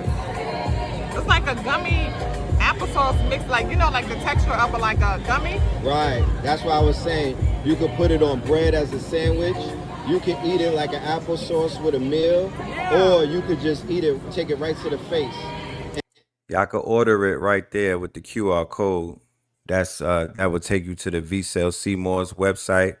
And when you go there, you'll see they got new items, gummies, soursop gummies. They got some powerful products up there, ladies and gentlemen. So go over to V-Cell CMOS, check it out. Especially with the children going back to school right now, you want to get them this. They could eat this all day. They could eat it for lunch. They could have it for breakfast. They could just have it in there. If they could bring jars to school, they could just bring it to school. They actually could sell it in school. There is a affiliate program, so you could get money with us. And for children, the babies, instead of the Gerber and whatnot, Yep, you can feed we them. got, so there's 8 flavors for the babies. And they're going to get all their nutrients. And it's gonna taste good. And remember the elders, right? Yeah. Who need to eat a little bit healthier, can't eat, they can't digest sugar and other things. This is perfect. Yeah, this is it right here. How much is this a jar? 40 for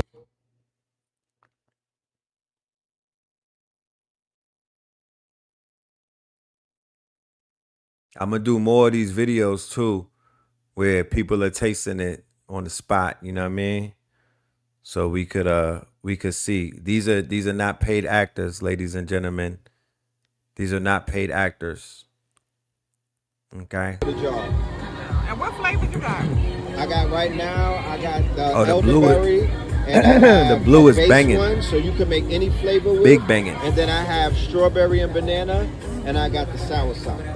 Wow, that is good. Yeah. Yeah, when I go visit my mother, I'm gonna connect with you to get that for her to give it to her, so she can eat it, because she likes like sweet stuff. But like this is like a dessert. It's like a dessert, It's right? like a dessert. That is dope. Thank you. Yeah. It's best chill. Better than the first one. That's delicious. Tell me what's the texture. The texture is really smooth. It's like, it's applesauce. Even smoother than applesauce, actually, because applesauce is a little gritty. Right. Yeah, that's giving really smooth. Breaks down smoothly. Yeah. Is there like an aftertaste that you're feeling? Because there's an initial. Yeah, it tastes like berries, but it's like really, it's not like a berry popsicle, Right. but lightly sweetened. Right. Yeah. I'm so glad that you like it. Yes, that's that sour sop. All right. Listen, and we standing on it. The best tasting Shemore gel in the world, from 8 to 80, and I'm talking about 8 days to 80 years, 8 days to 80 years old. You can feed it to the babies.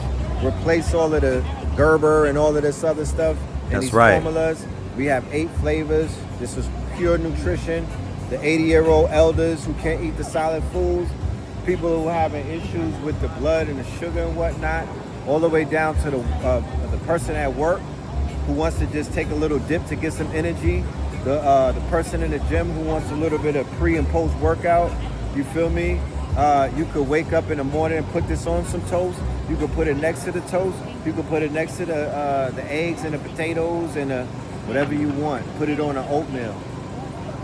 V-Cell Seymour, y'all.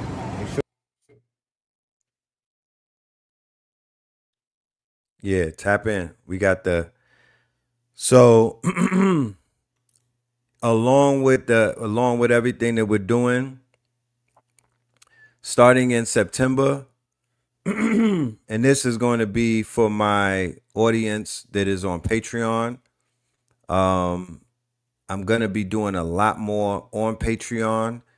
If I disappear from YouTube for a while, I will be only on Patreon, because this is where my paid members, this is where my true supporters, this is where my foundation is, right? So for my Patreons, starting in September, we're going to be doing a monthly live. It's called the Cypher, right? So for the second Wednesday in every month, we will be going live, all right? This is members only. We'll have more than just a town hall meeting.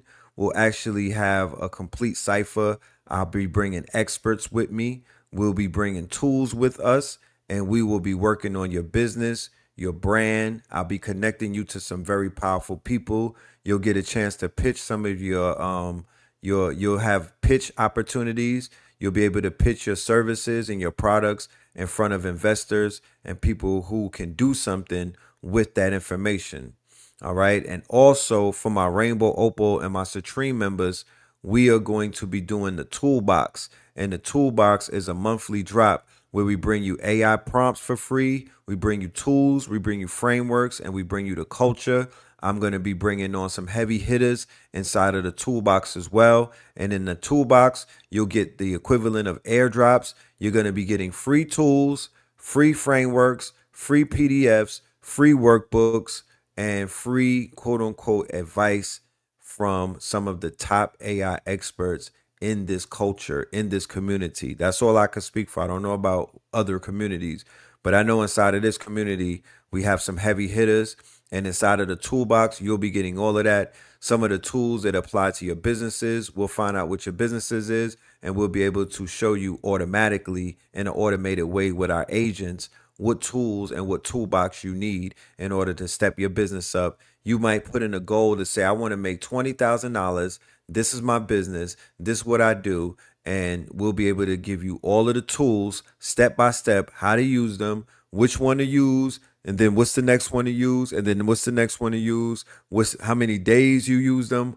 All of that information to get you along your way so you don't have to figure it out. You don't have to guesswork.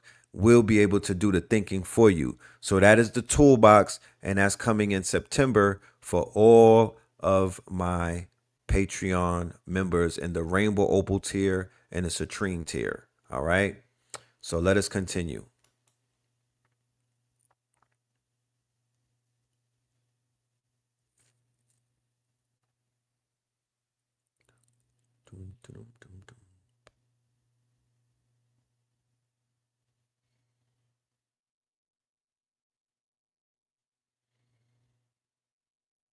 Once again, shout out to V-Cell and shout out to the A Game. All right. Salute to all of those sponsors for this channel. And thank you for all that you do for us.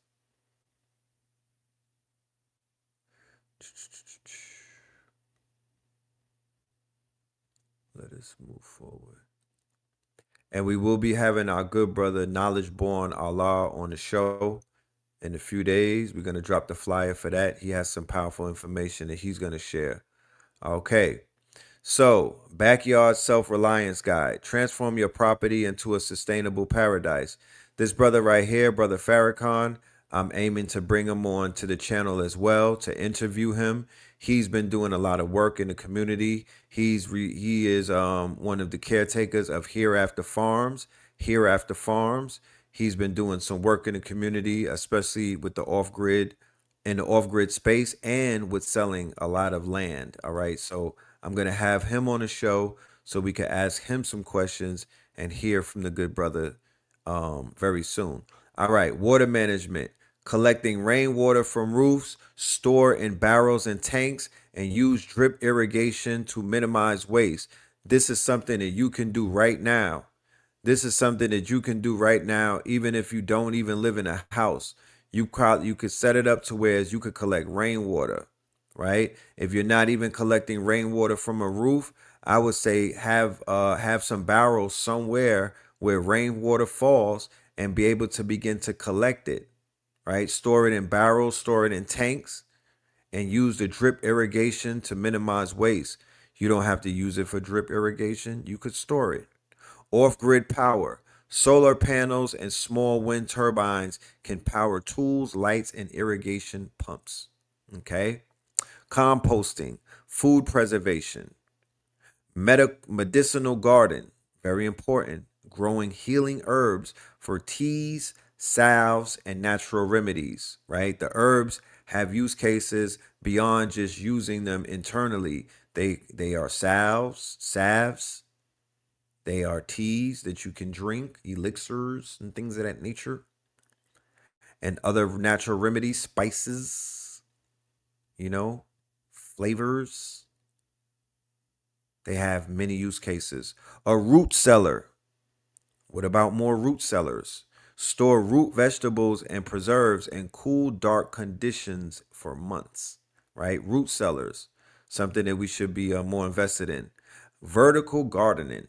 Maximize growing space by training plants upward on trellises and towers, right? Something that you can put on the side of the house, you feel me? Side of the building, yeah, it can happen. Season extending. Greenhouses, cold frames, and row covers let you grow food year round, right? So boom, the top 10 blackest cities in America for August 2026. So South Fulton, Georgia, that's where Spence City lives, right? That's where Spence City headquarters is. So Spence City headquarters is in the most blackest city in America, ladies and gentlemen. That man's dreams, AI to acres, his dreams came true in the blackest city in America, inside of Black Atlanta. Then we got Jackson, Mississippi. A lot of family taps in from Jackson, Mississippi. I'm connected with family from Jackson, Mississippi. There's land in Jackson, Mississippi. Black-owned land in Jackson, Mississippi. Black farmers in Jackson, Mississippi. Opportunities in Jackson, Mississippi. Then we got Detroit. We plugged in heavy in Detroit. Every day we got a whole bunch of Detroit family. What up, though? they pull up. So Detroit, we talking black to you. Memphis, they going out with power right now. They got the whole these all of these places as well got the data centers, and they got the potential blackouts and whatnot. And these are going to be the places where they're going to experiment.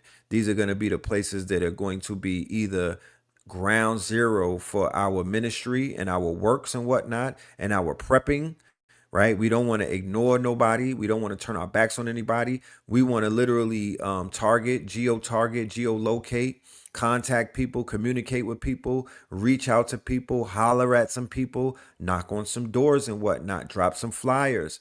You dig what I'm saying? Post up in some malls, get volunteers when they do the roll call and whatnot, incentivize volunteers that live either in these cities and whatnot or close to them. Do some campaigning for us. Pass out some flyers, pass out some brochures, put some posters up. You dig what I'm saying? Get us on some radio shows and whatnot. Let us tap in and, walk us in, because we don't want to walk in nobody's cities and whatnot. We want to be walked in. We want to be walked in, you know?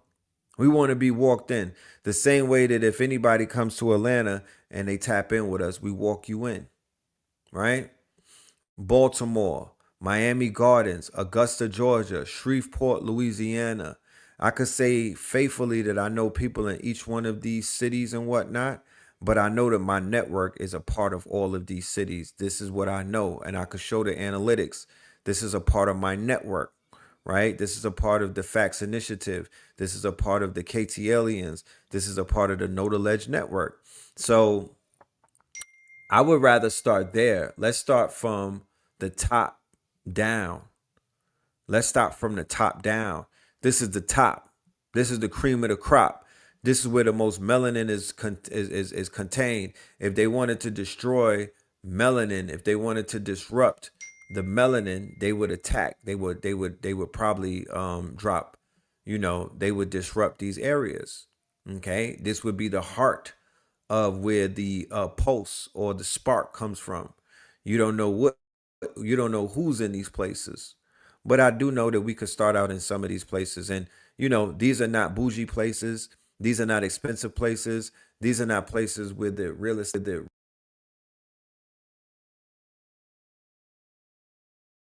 these are still somewhat affordable.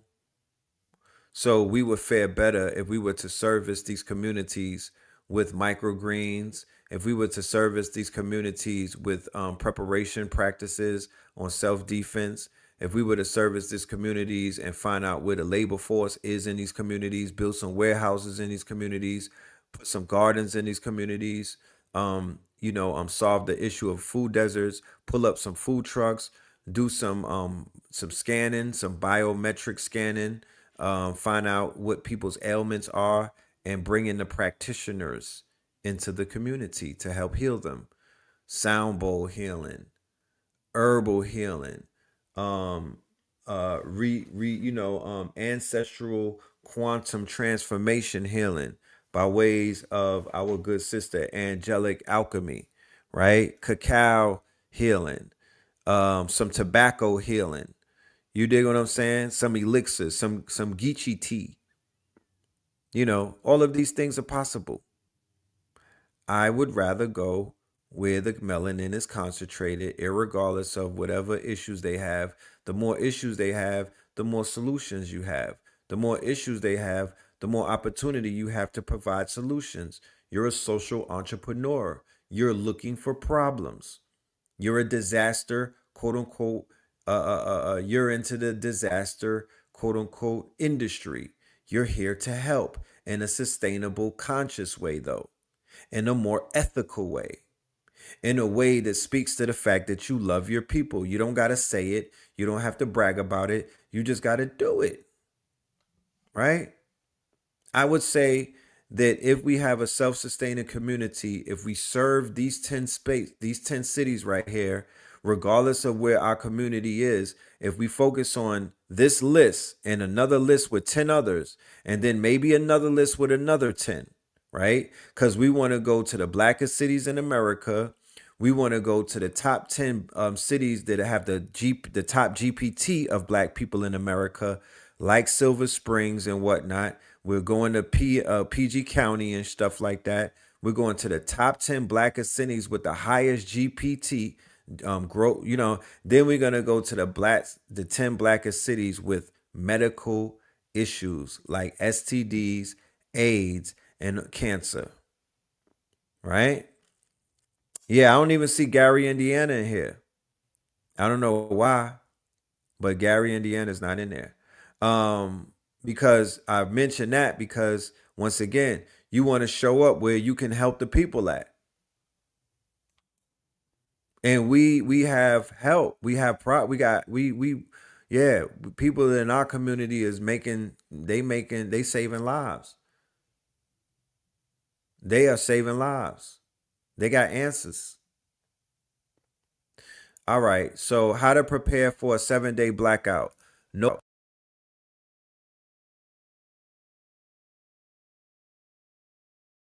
study.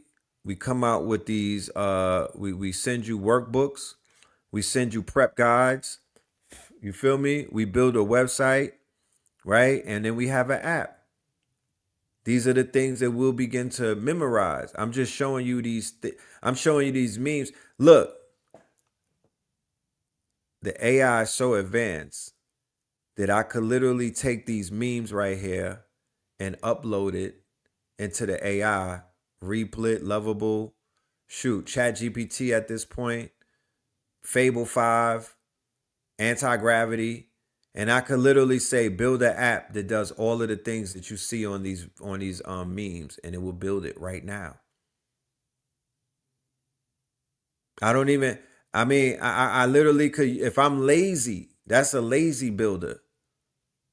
That's a lazy builder. But one that's meticulous and pays attention to detail and does it step by step, you sky's the limit. I just threw $1 billion idea out there for the freebie. Sky's the limit. So yeah, the brother with the plastic gas, so we could make our own absorption refrigerator. We literally could pull up on him and get up on him. We literally could pull up on a good brother and build with him. So here's to prepare water, store it, conserve it, and treat it. Right, the water, we've been talking about that. So we're gonna start with our water preparation by beginning to gather water and also get these water, not the water bottles, more say, but the water jugs. Right, and if you could pull up to a spring, if you could pull up to a well, if you could pull up on Mama Kali, then you could get some real good water.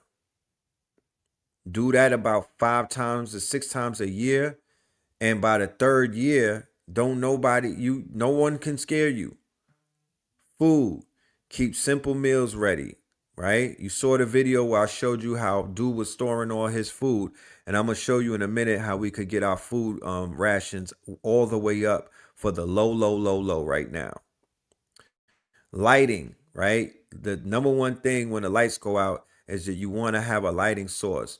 You want to have the head, the thing that you could put on. You don't have to hold something. Your hands is free, and you have the light on your forehead, right? Then you also want to have a flashlight with a flashlighter, but you also want to have one of those,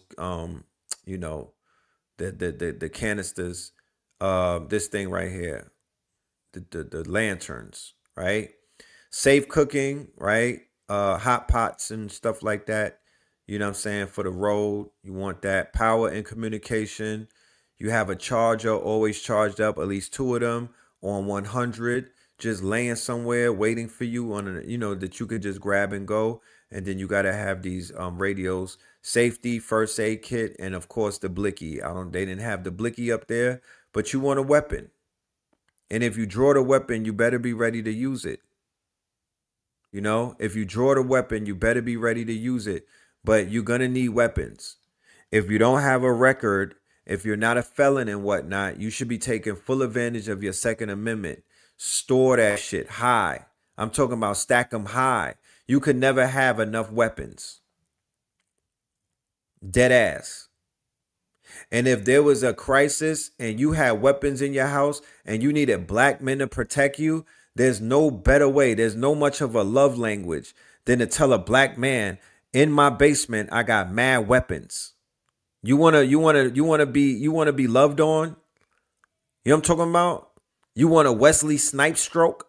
Tell a black man as a black woman that, yo, I got a whole army supply of weapons for you and gang. Oh my goodness. So here's a smart 1-acre animal homestead layout, right? Here's a smart 1-acre animal homestead layout. Something that you could put on 1 acre right now, okay? And have you living good, where you not missing the block, where you not missing the city, where you're not missing NYCHA. You're not missing living on the 44th floor of the projects, where you're not missing living on top of niggas, where you're not missing no neighbors. 1 acre, and you set it up with the duck in the air, the duck area in the pond, the chicken coop, the orchard, the rash with the pasture, a feed storage shed, a compost area, a little greenhouse, a kitchen garden with raised beds, right? You got a little utility water zone, huh? You keep 4 feet paths for carts and moving access. Main access from road. You have main access from the road. Rabbit housing. You leave at least 20 to 50 feet buffer from the cabin for odor heavy uses when possible, right?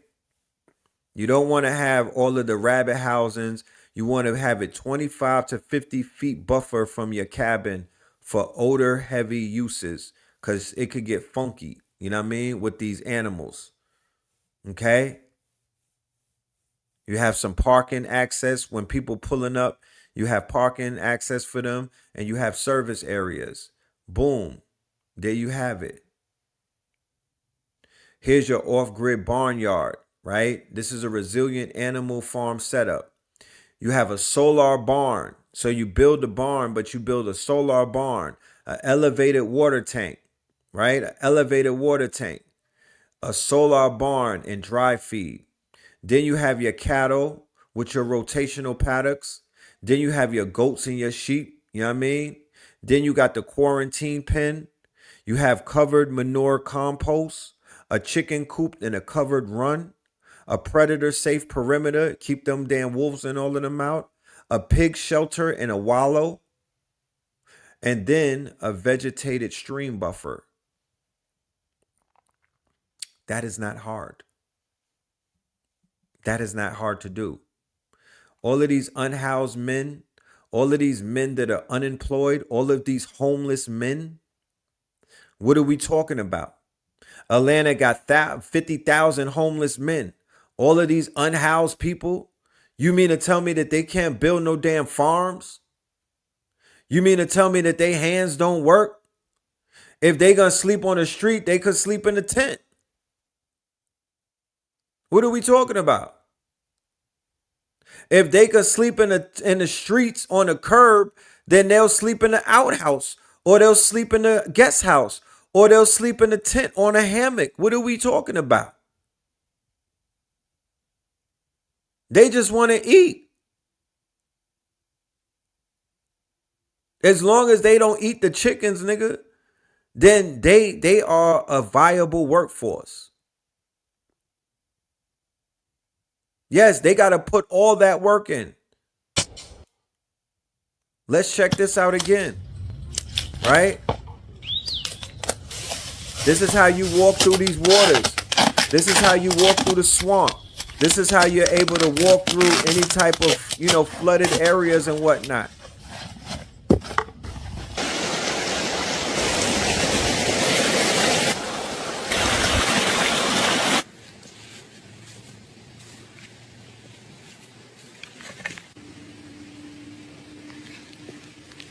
That's your chair on the go, right? That's your sink on the go.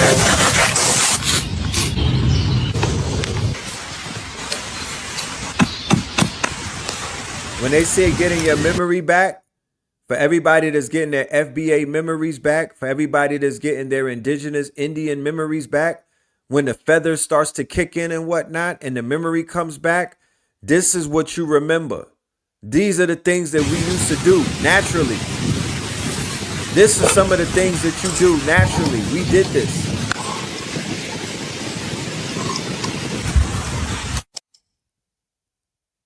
Hey guys, my name's Landon. I want to welcome you to... Do your videos like this. One blicky in your hand, because that is your constitutional right. Don't allow nobody to shame you because you have a damn gun in your hand, a weapon in your hand. Don't let nobody shame you. To our women, children, adults, grandparents, don't ever feel no type of way. Do videos with the weapon in hand. That is a great message to send. That is a wonderful message to send. While you're talking about your prep, while you're talking about the how you're preparing, have your weapon on you. You don't gotta hold it per se, but don't feel ashamed to brandish, my niggas. To our underground bunkers somewhere in Indiana. And it goes for miles. See all that? There's stacks of it. I would say 50 people, 10 years. Look, he said Indiana, right? That's Gary, Indiana's where he didn't say Gary, but he was in Indiana in an underground bunker, prepared and ready and not sweating nothing. The lights go out for 10 days. Shit, I need a break. I'm going to play GT6 in a bunker. I'm good.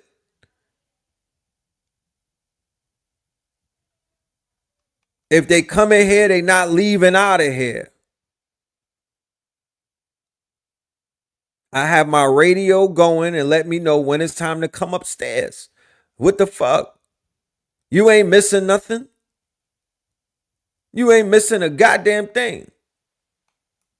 40 people, 12, all kind of stuff. Pancakes over there. We got mounds of pancakes. Hundreds of pancakes. Mounds of pancakes. Noodles. We check the stock on it from time to time.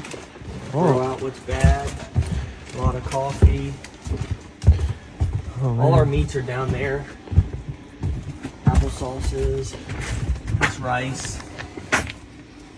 You got your white balsamic vinegar for salad. We got all of our powder, bread flour. We got our Lowry salt seasoning. Oh, wow. What you see here is rice and beans. You got pinto beans. You got rice and white beans. We got beans for days. And this is all Augusta Foods. Augusta Farms. Look into Augusta. It's a good prepper food. It lasts 30, 40 years. It's good, and it's good for you. Oh, it's not full of sodium. Write all that shit down. This is hundreds of thousands of dollars right there. Stuff. So this is hundreds of thousands of I dollars. think he's got like 400,000. Because all your money's in this fucking meat over here. So now we got our syrups. So what if that was the new balling? What if that's the new balling? Niggas talk about they balling. That's balling. That's the new balling. That has to be guarded like an army base. Stop hoarding bottled water. That wall of cases At least in they your got basement something to isn't guard. a water plan. Those 2-year dates, that's the bottle failing, not the water. Warm plastic goes permeable and absorbs every odor around it. Worse, 30 cases can disappear. The thing about them prepping for years is we literally could get all of that in one weekend. Just if we come together as a collective, we literally could get all of that in one weekend, right? So if there's 52 weeks in a year, every weekend or every week, every city in America, we could stock it like that collectively at a $20 increment, right? At a $20 increment, we literally could build out underground bunkers in 52 cities collectively for $20. It don't matter how long it took them to do it. We could do that in a weekend. Appear in days for a family of 4. Dead ass. Massive space. That's a U-Haul tiny truck payoff. and Sam's Do Club. this instead. That's a U-Haul. That's 2 U-Hauls and Sam's Club, Costco's, and Restaurant Depot. Like, walk with me. Let's talk about it. 3 layers. First, store water in stackable food-grade HDPE containers. More water, far less wasted space. Second, capture it. Keep a bathtub bladder nearby. At the first storm, boil notice, or outage, fill it immediately. Third,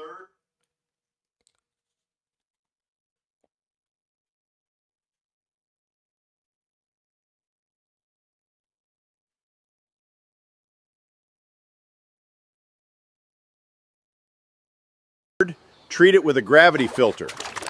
Rain, pool, or creek water becomes usable. Stored water runs out. A filter keeps working. Save this before the taps go dry. Follow for more survival tips. Comment the word SMART and I'll DM you the video on how you can create an on-demand water supply for your family. 5 things that will be harder to get after shit hits the fan than food. Reliable information after an emergency. Bad information travels faster than good information. Rumors can send people into blocked roads, crowded streets, or into danger that doesn't even exist. Have more than one way to get reliable information. An emergency radio, weather alerts, local emergency alerts, ham radio, police scanner. You don't need to be the first person to know, but you need to be able to confirm what you hear so you can make smart decisions. Prescription medications. The food in your pantry, you can probably stretch that if you had to. Most people can't stretch prescription medications. A missed refill can be a lot more dangerous than getting low on groceries. Have a backup supply, if possible, of all the medications you and your family members take, and, ideally, a backup supply of antibiotics. But Derek, I can't just get a prescription for antibiotics. Actually, you can. There are a number of online companies that do this. You go online, you fill out a health questionnaire, a doctor reviews it, approves your prescription. They market these to preppers and people who travel a lot. The company that I found has the best low-cost basic kit, Ozio Medical. The other thing I like about them, if you want more of one particular medication, you can add that onto your card at checkout. If you want to check them out and save an additional 10%, write RX down in the comments and I'll direct message you a link to the company with the coupon code. Cash. When the grid goes down, ATMs aren't working, credit cards aren't working, your cell phone isn't working, cash is king. But Derek, in a real collapse, cash will be useless. I'm going to invest in brass and lead. Yeah, okay, if it's a Mad Max scenario and you need to just get fuel out of the wasteland, cash is useless. It's just paper. Real crises, when the grid goes down and end is in sight, cash is king. Clean water. After a collapse, even if water is available, clean water may not be. What's worse, people will drink contaminated water, then get sick, and try to seek medical help that may not be available. Store water before you need it and have the means to both filter and purify it. 2 different things. If the tap water's running and you're unsure about it, hit it for a rolling boil, 1 minute. Fuel. It's what keeps cars moving, generators running, chainsaws cutting, and in some cases, homes heated. When shit hits the fan, gas stations will go empty before you know it. The lines will be so long, sitting in them will be pointless. You don't need to hoard gasoline. That can be dangerous, but you should certainly have some on hand to get you through. I've done videos on gas storage before. In a nutshell, metal containers, gas stabilizer, ethanol-free fuel. Follow for more prepper tips. The brother asks, Want a raging campfire that produces zero smoke? In the off-grid community you plan on building, taking cash donations. So on Friday, August the 28th, we are going to go live. All right. We are going to start our donation gathering on Friday. Everybody who sends an email will be contacted. Okay. Everybody that sends an email, you will be contacted. This will go live. This will be a crowdfunding campaign that is going to be very transparent. We'll have everything written out, broken down, so everybody knows the steps that we are going to be taking in our roadmap. All right. I am not accepting any donations for this project right now until we get everything correct and put it behind a paywall where everything will be transparent. All right. So let's continue, please. Thank you for that question, though. And stays completely hidden? You need to build a Dakota fire hole. First, dig a main chamber about a foot deep, shaped like a jug, narrow at the top and wide at the base. Then, on the upwind side, dig a second angled tunnel that connects directly to the bottom of your main pit. This creates a natural vacuum. Cold air gets sucked down the vent, feeding fresh oxygen directly into the coals. The result is an underground blast furnace that burns twice as hot, boils water faster, and hides your flames from a distance. Comment survival for more grid down secrets and hit follow.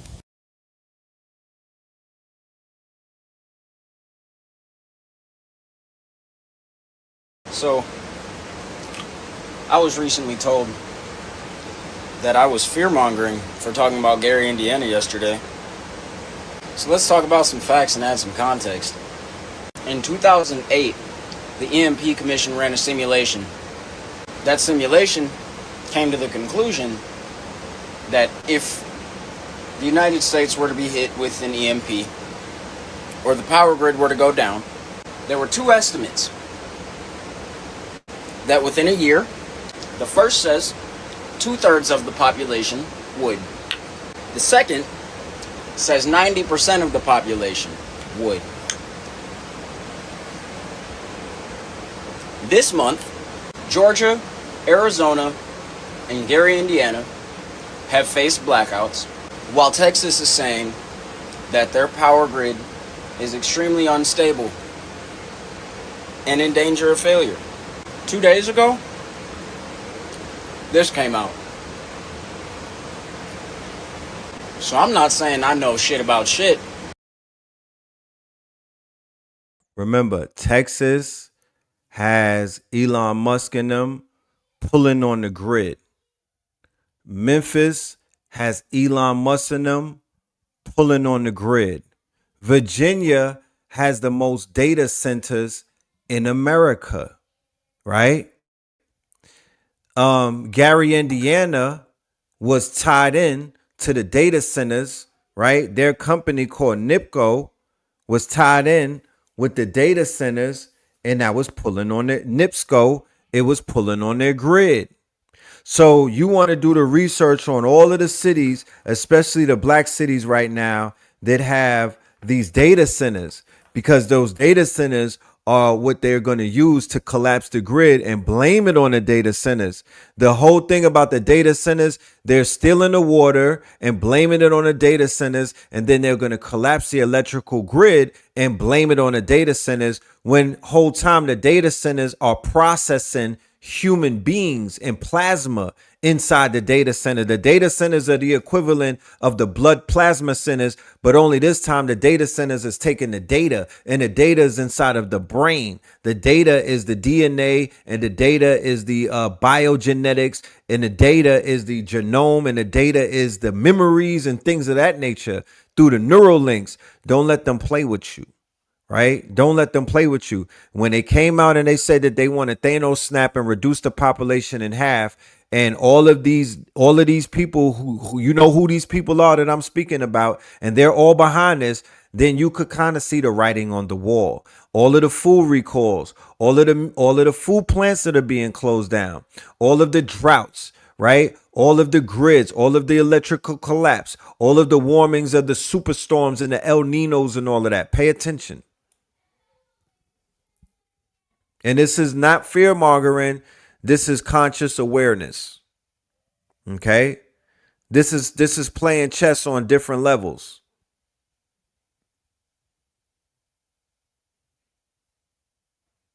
So first Gary, now Memphis, now another city is left without power. Right? There's a pattern of what we're seeing right now. Okay. There's a pattern.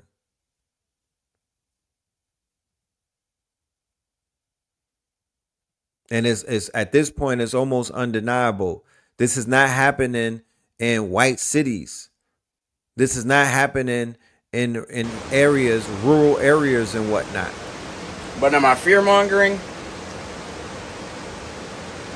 Or am I just paying attention? What do I know though? Just a nigga in a mountain eating a rambutan. My name is Jarius Adams, and here's what you need to know. You remember when we talked about residents of Gary, Indiana going more than 2 weeks without power? Well, they still don't have power, but the same thing is happening in Memphis, Tennessee. A severe storm came through Memphis this weekend with winds up to 60 miles an hour. It impacted 130,000 Memphis light, gas, and water customers. And even this Sunday, there's 100,000 people that are still impacted without electricity. The Memphis Light, Gas, and Water says that this is a multi-day project, and they said that full restoration won't happen until probably this Thursday. That's more than a multi-day. That's almost a week. Can you imagine the things that are needed? Now, they said they're prioritizing treatment plants and hospitals and places that, quote unquote, need it faster. But there are folks that are at home on ventilators and need breathing treatments and things that need to be plugged up to electricity. This is really dangerous, and it's seeing it in so many predominantly black communities. First Gary, Indiana, now Memphis, Tennessee, and it seems like they're ongoing. We have to have a conversation about emergency response or maybe preventative measures, because this can't continue to happen. And the question may be, are communities prepared for extreme weather events? Because losing power is not just an inconvenience. You're talking about refrigeration, medical equipment, the things people need, air conditioning, right? Memphis, Tennessee in the summertime, I'm from Mississippi, I know it is hot. Folks need air. And having to wait almost a week to have your electricity restored is kind of ridiculous, especially by a company that I'm sure if you're late paying your bill, your electricity will be cut off. So stay tuned. We're going to follow for more. Gary, Indiana has quietly been absorbing the cost of data center deals related to NIPSCO after a 20% share was taken out, and no one's talking about the core problem of why we are going on day 12 in the dark. Back in 2024, BIP, or Blackstone Infrastructure Partners, one of the world's largest alternative asset managements, took a 20% stake in NIPSCO. They are heavily invested in digital infrastructure, data centers, fiber optic networks, and cell towers. Following the acquisition of 20% in NIPSCO, there started to be tax hikes that were absolutely insane. In July of 2025 and early 2026, the IRUC approved a 16.75% electric base rate increase. This added roughly $23 per month to the average resident bill. Key on the point average, because this was different for Gary, Indiana. Now, just in August of this year, right before the storm, NIPSCO got approved to hike everyone's bill by $257 million for a rate tracker increase. Gary was hit with the highest tax hike, meaning that residents effectively paid more relative to their income in the rate structure approved by the IURC. Large politically connected individual customers, such as nearby steel mills and BP refinery, basically did not receive those same hikes. Due to them not paying their fair share, there was a disproportionate share of the financial burden, meaning what they didn't give to the other communities, they passed off on Gary, Indiana, and we paid significantly more to keep up for other financial households. A lot of surrounding areas were prioritized over Gary, Indiana, as we are still in the dark. 20,000 people remain without power. Despite carrying the financial burden of the surrounding cities and paying triple because they have cut deals due to data centers and updated infrastructure, we received help last. That is the problem with NIPSCO, and it is deeper than what you guys think. What they are doing is exposing our call to action. Check this out. If you are a celebrity, an actor, a basketball player, a singer, an artist, and you have a net worth more than $10 million and you reside in the state of Georgia, and it is a bunch of you, it's many of you. I have met you personally. I lived in Buckhead for 8 years. I bounced at bars. I did personal security. I've sold you art. If you live in the city of Atlanta or the state of Georgia, you are a celebrity, this is a call to action. I am requesting for you personally, if you remember me, if you remember my face, I'm making a call to action to y'all personally to come together and pool your money together. I'm not asking you individually. Pool your money together, create a nonprofit organization for the state of Georgia. That's the brother that made my for piece. underprivileged, underserved communities, that I'm asking you to pool your money together for and create a nonprofit, because there are many man-made orchestrated events that can occur in the state of Georgia, in Atlanta and surrounding areas and communities. These will not be natural disasters. A lot of them won't be. Let's look at Gary, Indiana, for example. We need for you to pool your money together. Should I call out names people that I have personally met? Shaquille O'Neal, Usher, Tyrese, Lee Daniels, The Rock, Jeezy, T.I., The list goes on. I have met y'all personally. I have pictures, videos with you. I have been in some of your homes. I have attended your children's birthday parties. Okay. I need for you all to preemptively, which means before tragedy occurs, pull your money together and create a nonprofit organization. People who reside in the state of Georgia, and this is for any state that, for that matter, all celebrities and actors, if you have a residence, we should not have to depend on government assistance in times of tragedy. People going out without power, food, etc. Y'all can come out of your pockets, personal pockets, yes, your personal money, and you can pool that money together and you can bring about change. We do not need to depend on government assistance.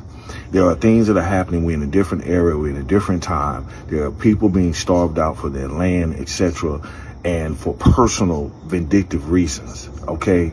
And so we need for you all to come together, create a nonprofit for your tax credit or whatever you need.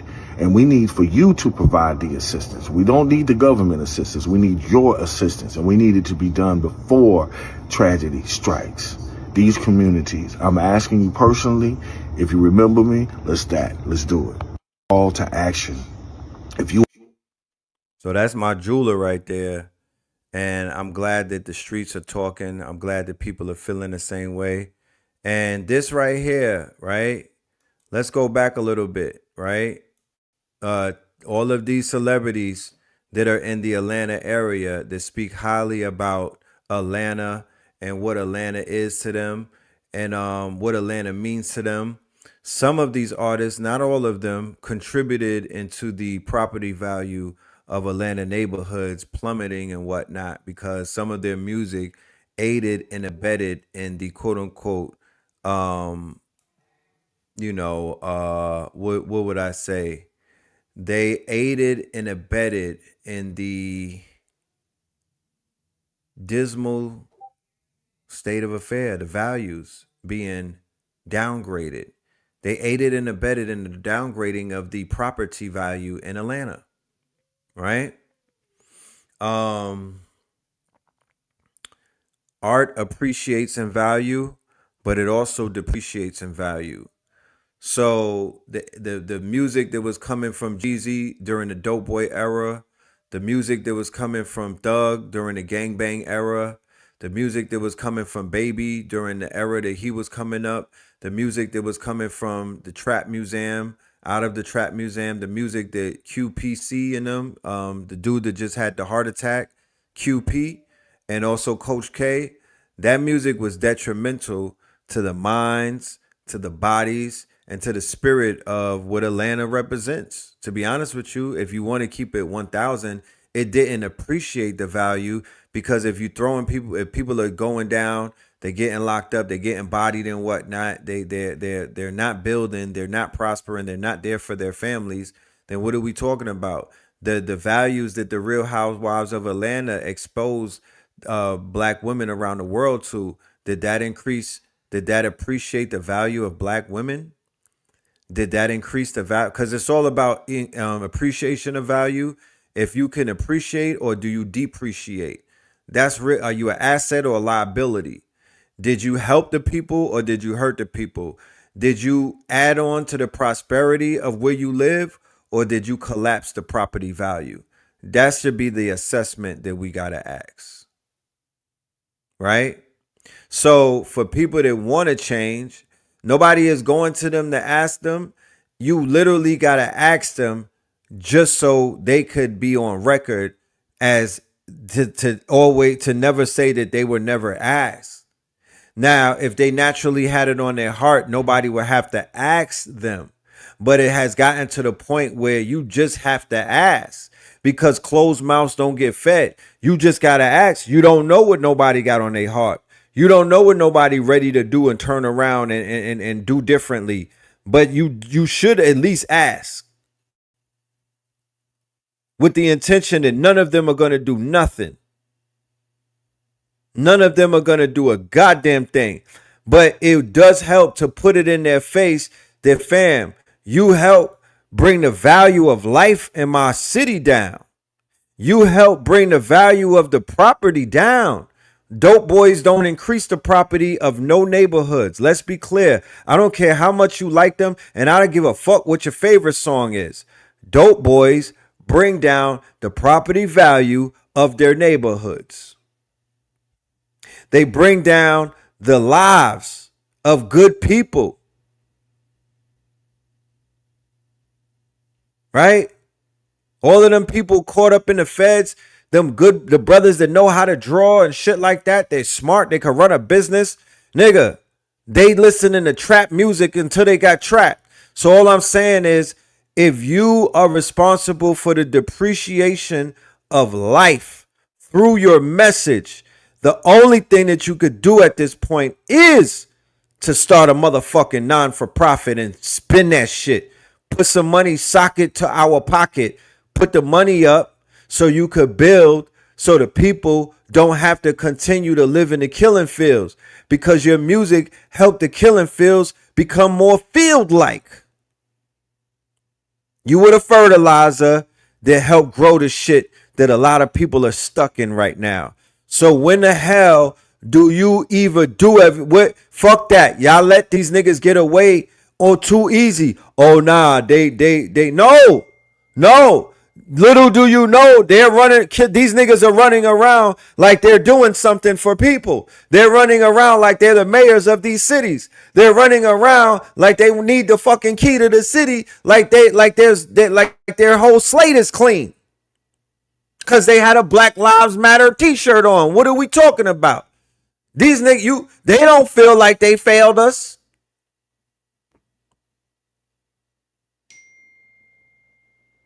They don't feel like they failed us. They feel like they are kings. Black excellence. Create a nonprofit organization for the state of Georgia. Okay, for underprivileged, underserved, for Georgia, in Atlanta, Indiana, for The Rock, and then Jeezy, T.I. Another group of people who, if this was really about the people, if this was really about seeing some shit going, like I got the power to make a change, right?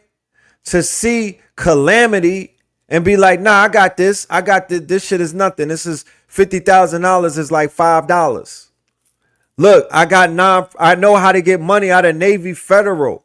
That's what these financial people say. I know how to get business credit. I know how to walk out of the bank with 200 bands. Let me show you. Buy my course. If you could do all of that, why you can't walk into Costco's and swipe $10,000 for water and bring that shit to these people? Why you couldn't go into Home Depot and get 100 generators? So with all of the issues that was going on last week over F.A.C.T.S, because these people, the majority of them was in Atlanta with that whole F.A.C.T.S fiasco, and whether they agree with the brothers said or whether they disagreed and whatnot. Gary, Indiana was the litmus test to be like, which one of you niggas is really about that life? Gary, Indiana was the litmus test to be like, who's not just talking? Who's really here to help? Right? Nobody helped. They was just talking. They was pointing fingers at these niggas, but they wasn't helping. Killer Mike had the lady on his show. He might have did 3 episodes already. I did not see him say a fucking word. He didn't go live about Gary. They want to talk about Nolan Wells. Nolan Wells is dead. There's nothing that y'all could do for Nolan Wells. These people in Gary, Indiana is fucking alive, bro. Like, look at this list. They have something called Billionaire Row. Billionaire Row. So if I was under fire and I was EYL, I would call Steve Harvey and niggas on Billionaire Row and do a live apology and say, yo, I got $100,000 for Gary, Indiana. And I apologize to black people. My partners right here, they're going to match this money because there's all type of programs inside of corporate where that's a tax write-off. That's a tax write-off. Are y'all even aware of that? Do you know they got 1-for-1 programs? They got brevity and all of that. They got sponsorship programs. They got programs where I could get volunteers from any Fortune 500 company to come and work for me for a number of hours, and they will get paid by their company. All I have to be is a nonprofit. Do you know about that? Do you know as a non-for-profit, I could walk into Costco's and literally I could walk into their warehouse and walk out of there with pallets. You could gift 600K and write it off. Facts. Do you know if you work at Apple Computers, you could gift me $10,000 and write it off? You could be like, yo, I never in my life had anybody from any corporate American structure ever give me $1. Out of the 20 some odd years that we was out here doing the God's work, doing the work that we've been doing, regardless of what work we doing, it's always on levels.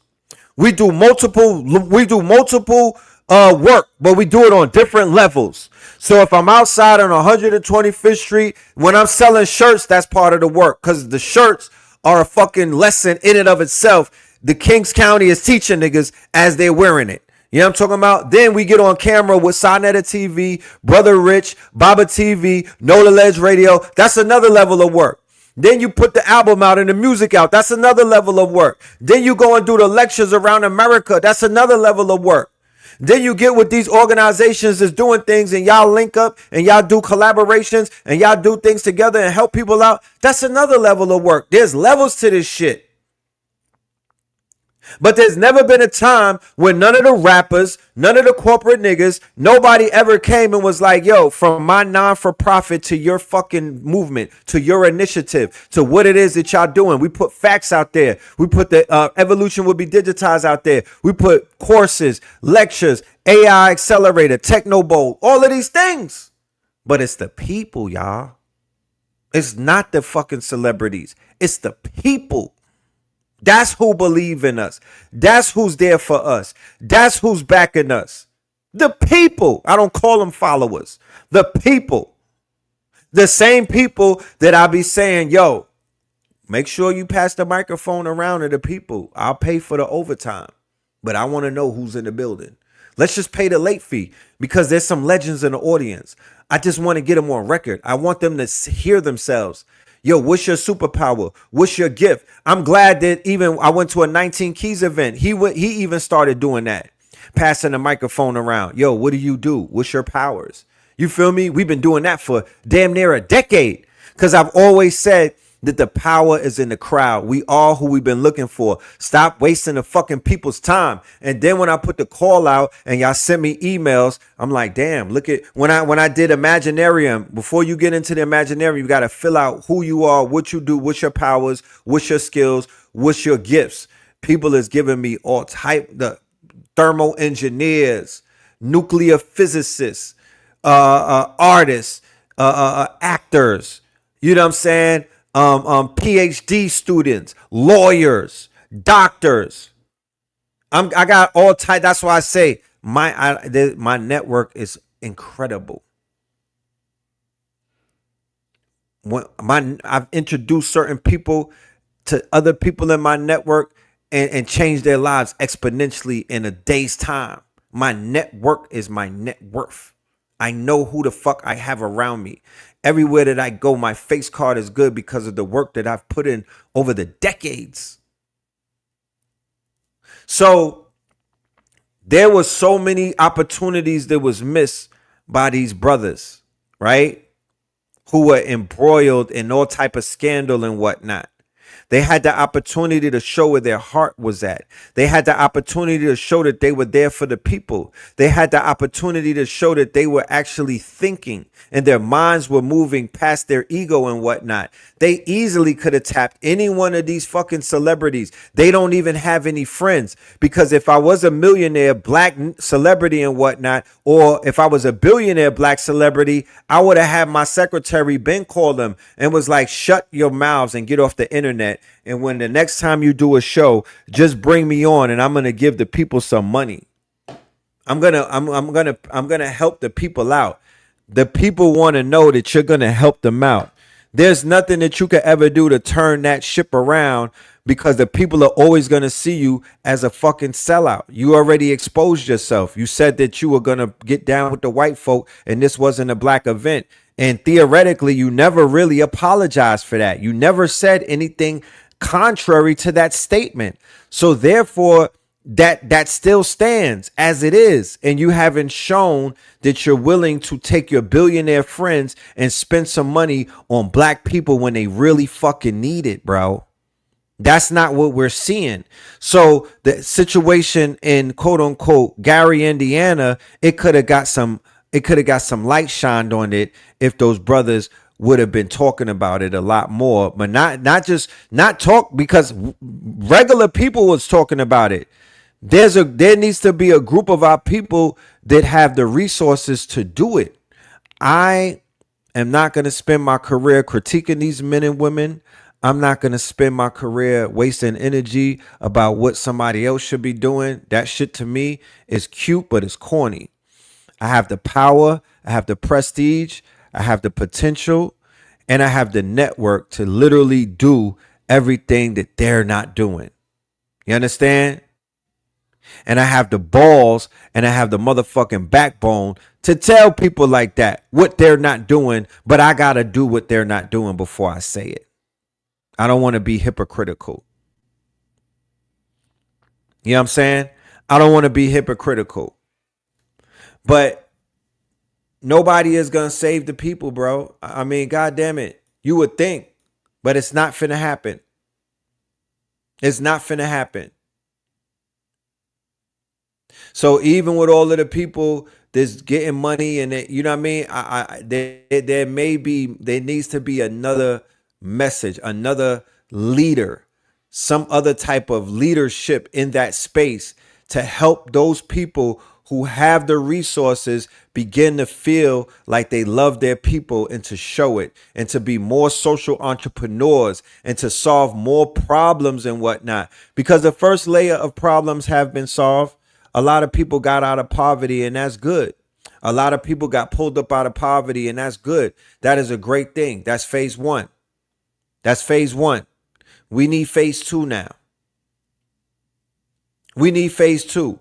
Phase two is we need to get it together. I want you to start thinking differently in case something were to happen and you needed to grow your own food. I've shown you how to make seed starting paper from food containers and seed starter pods from toilet paper rolls. Thrifty gardening hacks is how I built my farm. As a homeless teen parent that experienced food insecurity, I dreamed of being self-sustainable and grocery shopping in my own backyard. I don't just give you guys ideas to grow food, I use them myself and on our farm. Let's take a walk around the farm and I'm going to show you some of my favorite thrifty gardening hacks. First up, the Fluffy Butt Hut. Now you might think building a chicken coop needs to break the bank, but not here. I built this beauty out of pallets and pool noodles. Yep, you heard that right. Pallets for the structure and pool noodles for the custom cabin vibe. Next up, bucket gardening. You can find tons of random buckets on our farm filled with food from potatoes, corn, and squash. Buckets are fantastic for growing food. You can often find them very cheap and even free. Who says you need a lot of space to grow food? Next up, let's talk about my rain gutter gardens. Instead of buying pricey end cups, I use pool noodles. Now onto my garden bed. These might look like your typical raised beds, but they've got a secret weapon. Wine bottles. I use them as oils for self-watering. Just bury them neck deep, fill them with water, and let the magic happen. Plus, it's a great excuse to drink wine. Cheers to that. Lastly, let's take a look at some of our garden enclosures. These enclosures are made from pallet. They're sturdy, eco-friendly, and best of all, they're free. Why spend money on fancy wood when pallets do the job perfectly? So there you have it. A little creativity can go a long way in gardening. I hope you've enjoyed this tour. Remember, gardening doesn't have to be expensive. You have the power to grow your own food with thrifty gardening hacks. So right here, ladies and gentlemen, we have Restaurant Depot. We have the farmers markets. In your city, there should be a farmers market. You could easily look it up. Sam's Club, right? If you're not a Sam's Club member, you might want to get with somebody in our network that is a Sam's Club member that lives in your city or your state. We'll have the network set up to whereas that whoever those persons are, you'll be able to interact with them immediately and sign up to their network. So when you go shopping, you can all go shopping together. Going to Sam's Club and dropping 5 bands to 10 bands at the same damn time, it will get you a lot more than going there to shop individually. Restaurant Depot. Everybody who's melanated that owns a restaurant, you should be putting your people on a Restaurant Depot. Stop being a gatekeeper and let them in, all right? When you go to shop at Restaurant Depot, you will find out that this is the place that you always needed to be. You could buy a lot of food for a very, very low amount. I'm talking about pallets. I'm talking about 50-pound bags This is where all of the restaurants shop. This is the Home Depot for restaurants. This is the Home Depot for restaurants. So we'll be going on Restaurant Depot tours as a collective. We will be going on Restaurant Depot tours as a collective with $10,000, $20,000, $30,000. We are not playing. We are not being passive. We are not sitting around, and we damn sure not penny pinching. We playing this shit big. We're going big, yo. We're going big, mama. Mama, we're going big. We not playing small. We're going big on this. Costco's. We got Costco's. We got Sam's Club. We got BJ's, right? That's level A. That's tier 1. Restaurant Depot, nigga, that's tier 2. And then there's a tier 3. Restaurant Depot would be tier 2. Sam's Club, BJ, and Costco is tier 1. You still could get a lot out of there. You still could get a lot out of there. They got things like this, the food storage, where you literally could get emergency food supply 30 days, right? 300 servings and whatnot. You know what I'm talking about? So the Atlanta State Farmers Market. Look at the farmers market. Look how big the farmers market is, right? They have farmers market in each one of our states. We should either and then when we start growing these greens, and then when we start growing these produce and whatnot, we could now connect to co-ops. We could now connect to farmers market, because one thing people are always going to do, and they're going to eat. One thing that people are always going to do is they're always going to eat. So food is always going to sell, especially when we make that food. Now, you know what happens when we make the food. Now, you know what happens when we make the food. You know what I'm talking about? We ain't talking about raisins in the goddamn potato salad. We talking about healthy food that tastes wealthy. Costco's, Sam's Club, Restaurant Depot. Let's not talk about Walbounds. Let's not talk about Walmart. Let's not talk about none of them places. No overpriced Whole Foods. None of that Trader Joe's bullshit right now. We're talking about buying things that are for our survival. We're talking about buying things that are going to get us in a place where we are going to be, we're confident that we have some type of, preparation and whatnot. We could start with these, but we got other things. There's a tier 3. There's a tier 3, but let's knock out tier 1 and 2 first. Right? Screenshot this. Emergencykits.com. Emergencykits.com. This will get you your emergency kits. They have emergency kits. They have food and water, bags and backpacks, emergency supplies, professional gear, disaster relief, right? I would say maybe a year or 2 from now, who knows? More than likely, we could be the suppliers of our emergency kits and have our own website. But for right now, this is the site that I recommend, and I'm going to bring more information. We're going to have PDFs, and we'll also have an interactive app that gets you a lot of the info. If your dad loves his yard, forget right? So water, free rainwater, water that's coming from the sky. If you live in a place that rains a lot, you might want to take advantage and start storing and start filtering. boring Father's Day gifts. Beaver just launched a direct-to-consumer flash sale on TikTok. Seriously, stop letting him pay to water his garden. This 100-gallon beast collects free rainwater, dropping his bill to 0. This upgraded model has dual spigots for hoses or cans. Oh my god, it even zips up to block bugs and folds flat for winter. With this Father's Day factory deal, they're selling out fast. Tap the link below and make your dad's day before it's gone. Been through the desert on a horse with no name. It felt good to be out of the rain.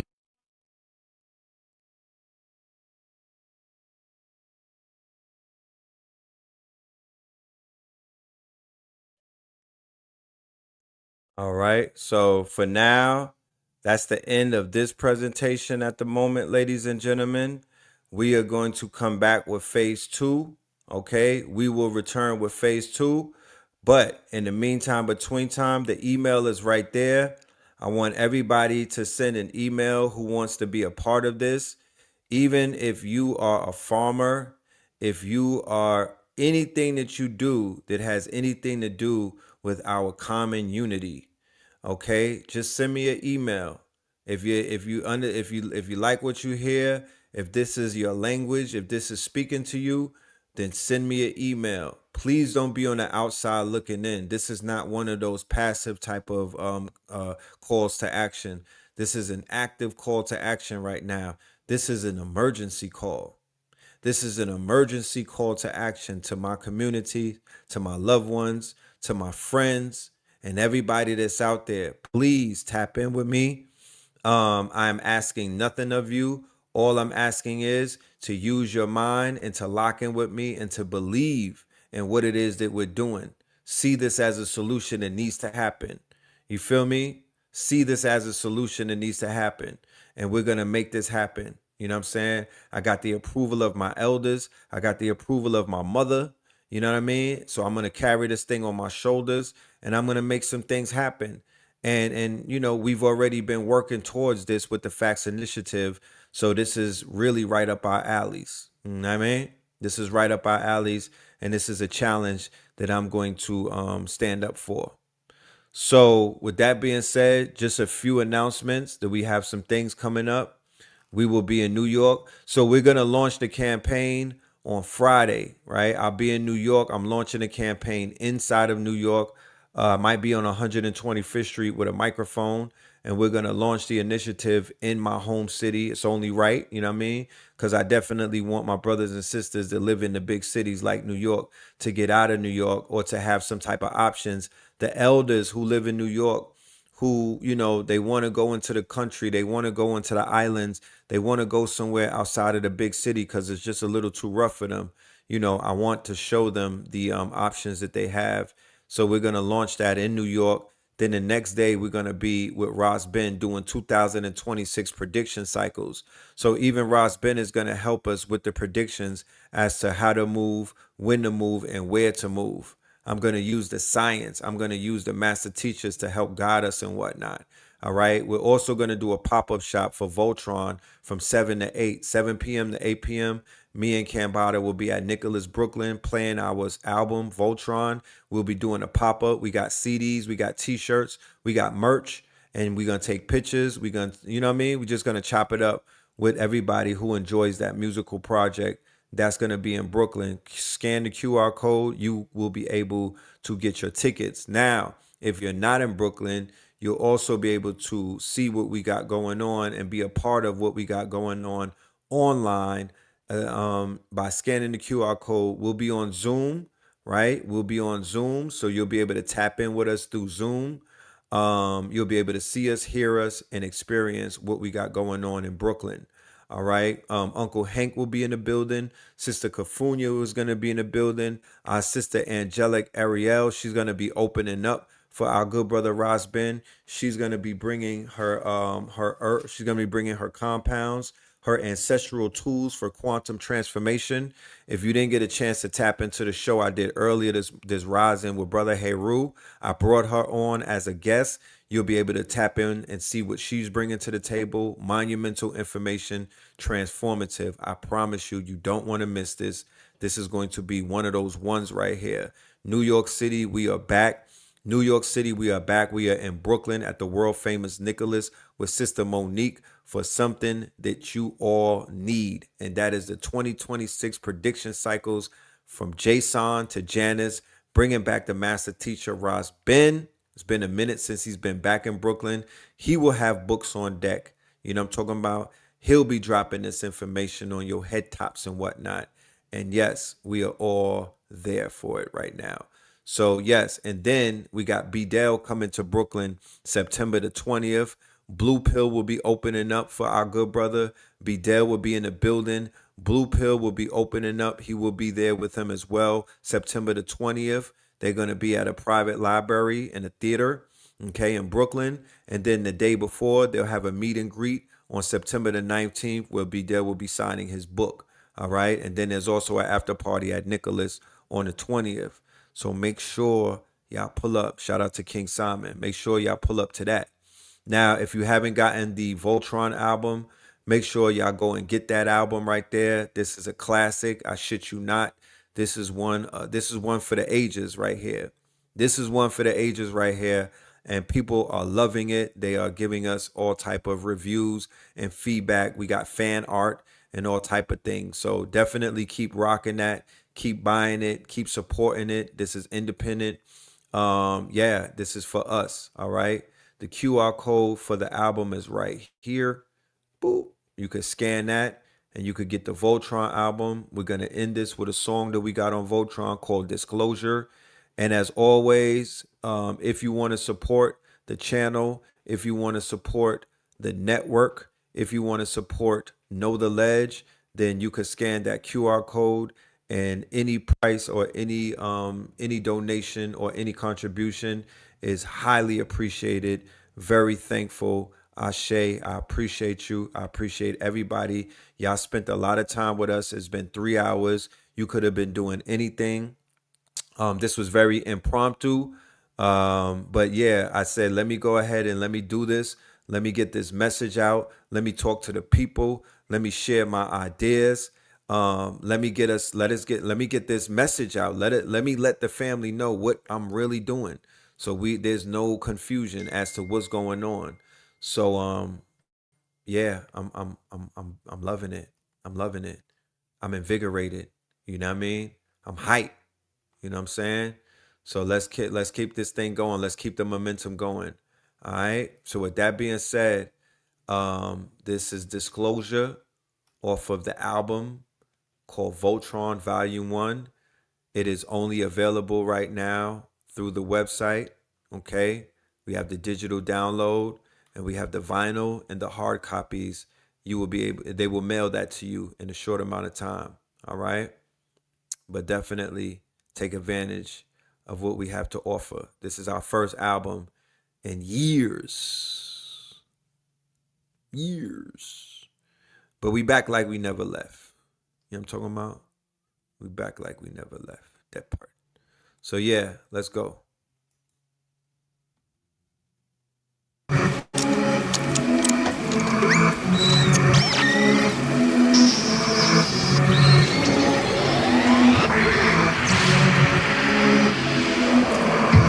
We the collectors of the art, the thinkers, the doers, the knowers, the architectures of the art. Triple dark moon protectors of the hearts. Triple dark mega yachts, 444 megawatts. Firm biz, nature, Foxy, AZ, Don, Escobar, moving megatons, mega bucks.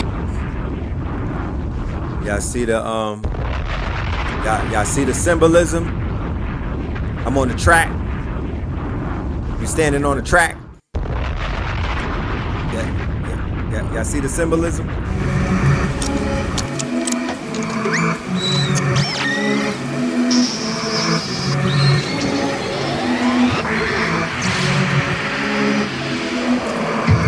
We the collectors of the art, the thinkers, the doers, the knowers, the architectures of the art. Triple dark moon protectors of the hearts.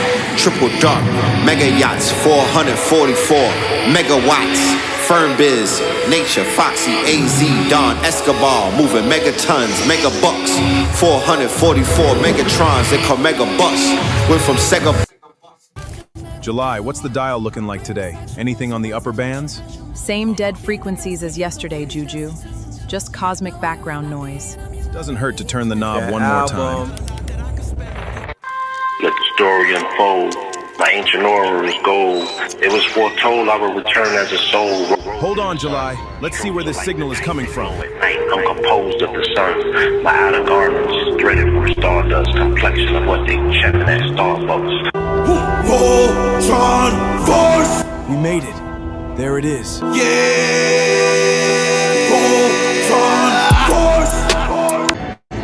We actually found them, July! I'm on the other side where the grass is green. Straight gas be clean as I travel through the beams on your plasma screen. At the end of time, reality's a simulated game and this is level 9. We travel back to the end of time. We transcended after we invented next-gen AI. Now I know the ledge at the end of time. If life is like a movie, this the ending when you press rewind. Travel back to the end of time. You don't get familiar with the tech, then you'll get left behind. Yeah, I took a shot in the dark with a spark of thought, and I hit the target mark with a dart. I could build my own body, break the body apart, and build myself a better body with more optimal parts. Cause I'm intelligent beyond being smart. Born with a sign you can't find on your astrotheology chart. I'm highly exalted, regarded as a god in my art. I'm about to flood your timeline from the top of my art. You have to resurrect Doom to find a doctor is smart. I could sing a song and get the Anunnaki to march. Shout out to the good brother. That was fire. That was fire. July Lion Wellness. Shout out to July Lion Wellness. Appreciate you, King. A bus. I appreciate you. All right, let's go ahead. We're going to end this off with the Voltron, y'all. This Disclosure featuring Red Pill and Cambada. Disclosure. Go get that album.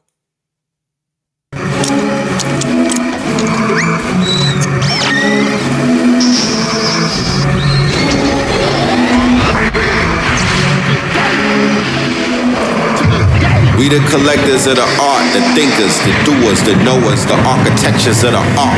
Triple dark moon protectors of the hearts. Triple dark mega yachts, 444 megawatts. Firm biz, nature, Foxy, AZ, Don, Escobar, moving megatons, mega bucks. 444 megatrons, they call mega bus. Went from Sega bus and a mega bus as we embark upon a hero's journey. Opening scene in Carlito's Way, laid out on a hero's gurney, staring off afar into the canopy of stars, until it landed me on Mars. Mama, my third eye active, captive. Seventh heaven opened up the third eye atlas on the third eye Thursdays. Voltron formed with bird's eye wordplay via the third eye persons in third grade. Revenge of the blur days, the Vic Mensa mixed with the elixir Serpenta. Welcome to the center of a mentor.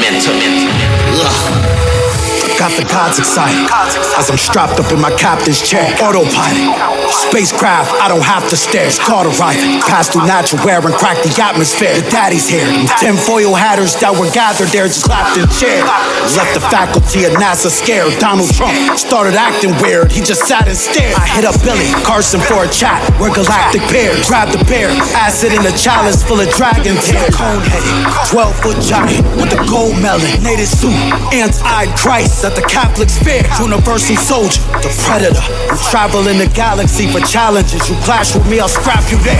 Warlord, I can smell the blood when the battle's near. See the smoke from the disaster that happens after clear. Buoyant, telepathic, empathic seer. I'll imagine atoms somewhere and then astral travel there. In fact, I swear, across 1 billion light years in half a year, I'll teleport through different dimensions like after Alistair. Magic Mare, summon the ghost of the late Delbert Blair. Alistair, Broly, I sat in prayer and my dad appeared. Savage, I'll attack a bear, smack a bear, handed claws, hit him with the paws like he acting queer. Split his jaw, crack a crown, lost a canine, ain't no lassie hair. See the teeth flying out his mouth like some babonaire. Catch a tooth, attach it to my stab, now I have a spare. Stab the bear, wait and pick the scab, then re-stab the bear. A lion heart, 3 eagle eyes, 2 rabbit ears. I like it dark, I see the sound waves that a bat would hear. Rather wear the fact that I have all its natural talents rare. Physical athletic abilities that I have compared. Bron as a cavalier, Shaq in his magic year. Kobe when he had the fro and Jordan when he had some hair. Vince Carter back on the Raptors when T-Mac was there. Iverson, why we still talking about practice here? Compared to you, Earth is a 3-dimensional massive sphere. Compared to me, Earth is a 2-dimensional flattened square. Oh my, look up in the sky. What's that up there? It's not a comet. Rocks made of ice are not that aware. It's not a drone. Anything else that was manufactured here, it's a craft, cleverly disguised like a mask I wear. Daddy's here, 3-eye atlas in your stratosphere. Galaxy to galaxy, I traffic and I rack a dare. Fuck Earth, all I see is fags and crack addicts here. Everyone's cursed, God is so mad that he had to swear. Say your last prayers, get your bags prepared. When my craft prepares, it means the revelation chapter's near. You gon' hear a blast and a flash of glare. Blinded, shining like the platinum that a rapper wears. Destroy Earth, leave, look back and cry happy tears. Watch the simulation crash and call Apple cares. Out of gas, I stole it from the sun and caused plasma. Gotta say I, then hit me on the app. I got facts to share. Affluence. Then I hack and Palantir and clear the data there. Altruism. Unity. Wholeness.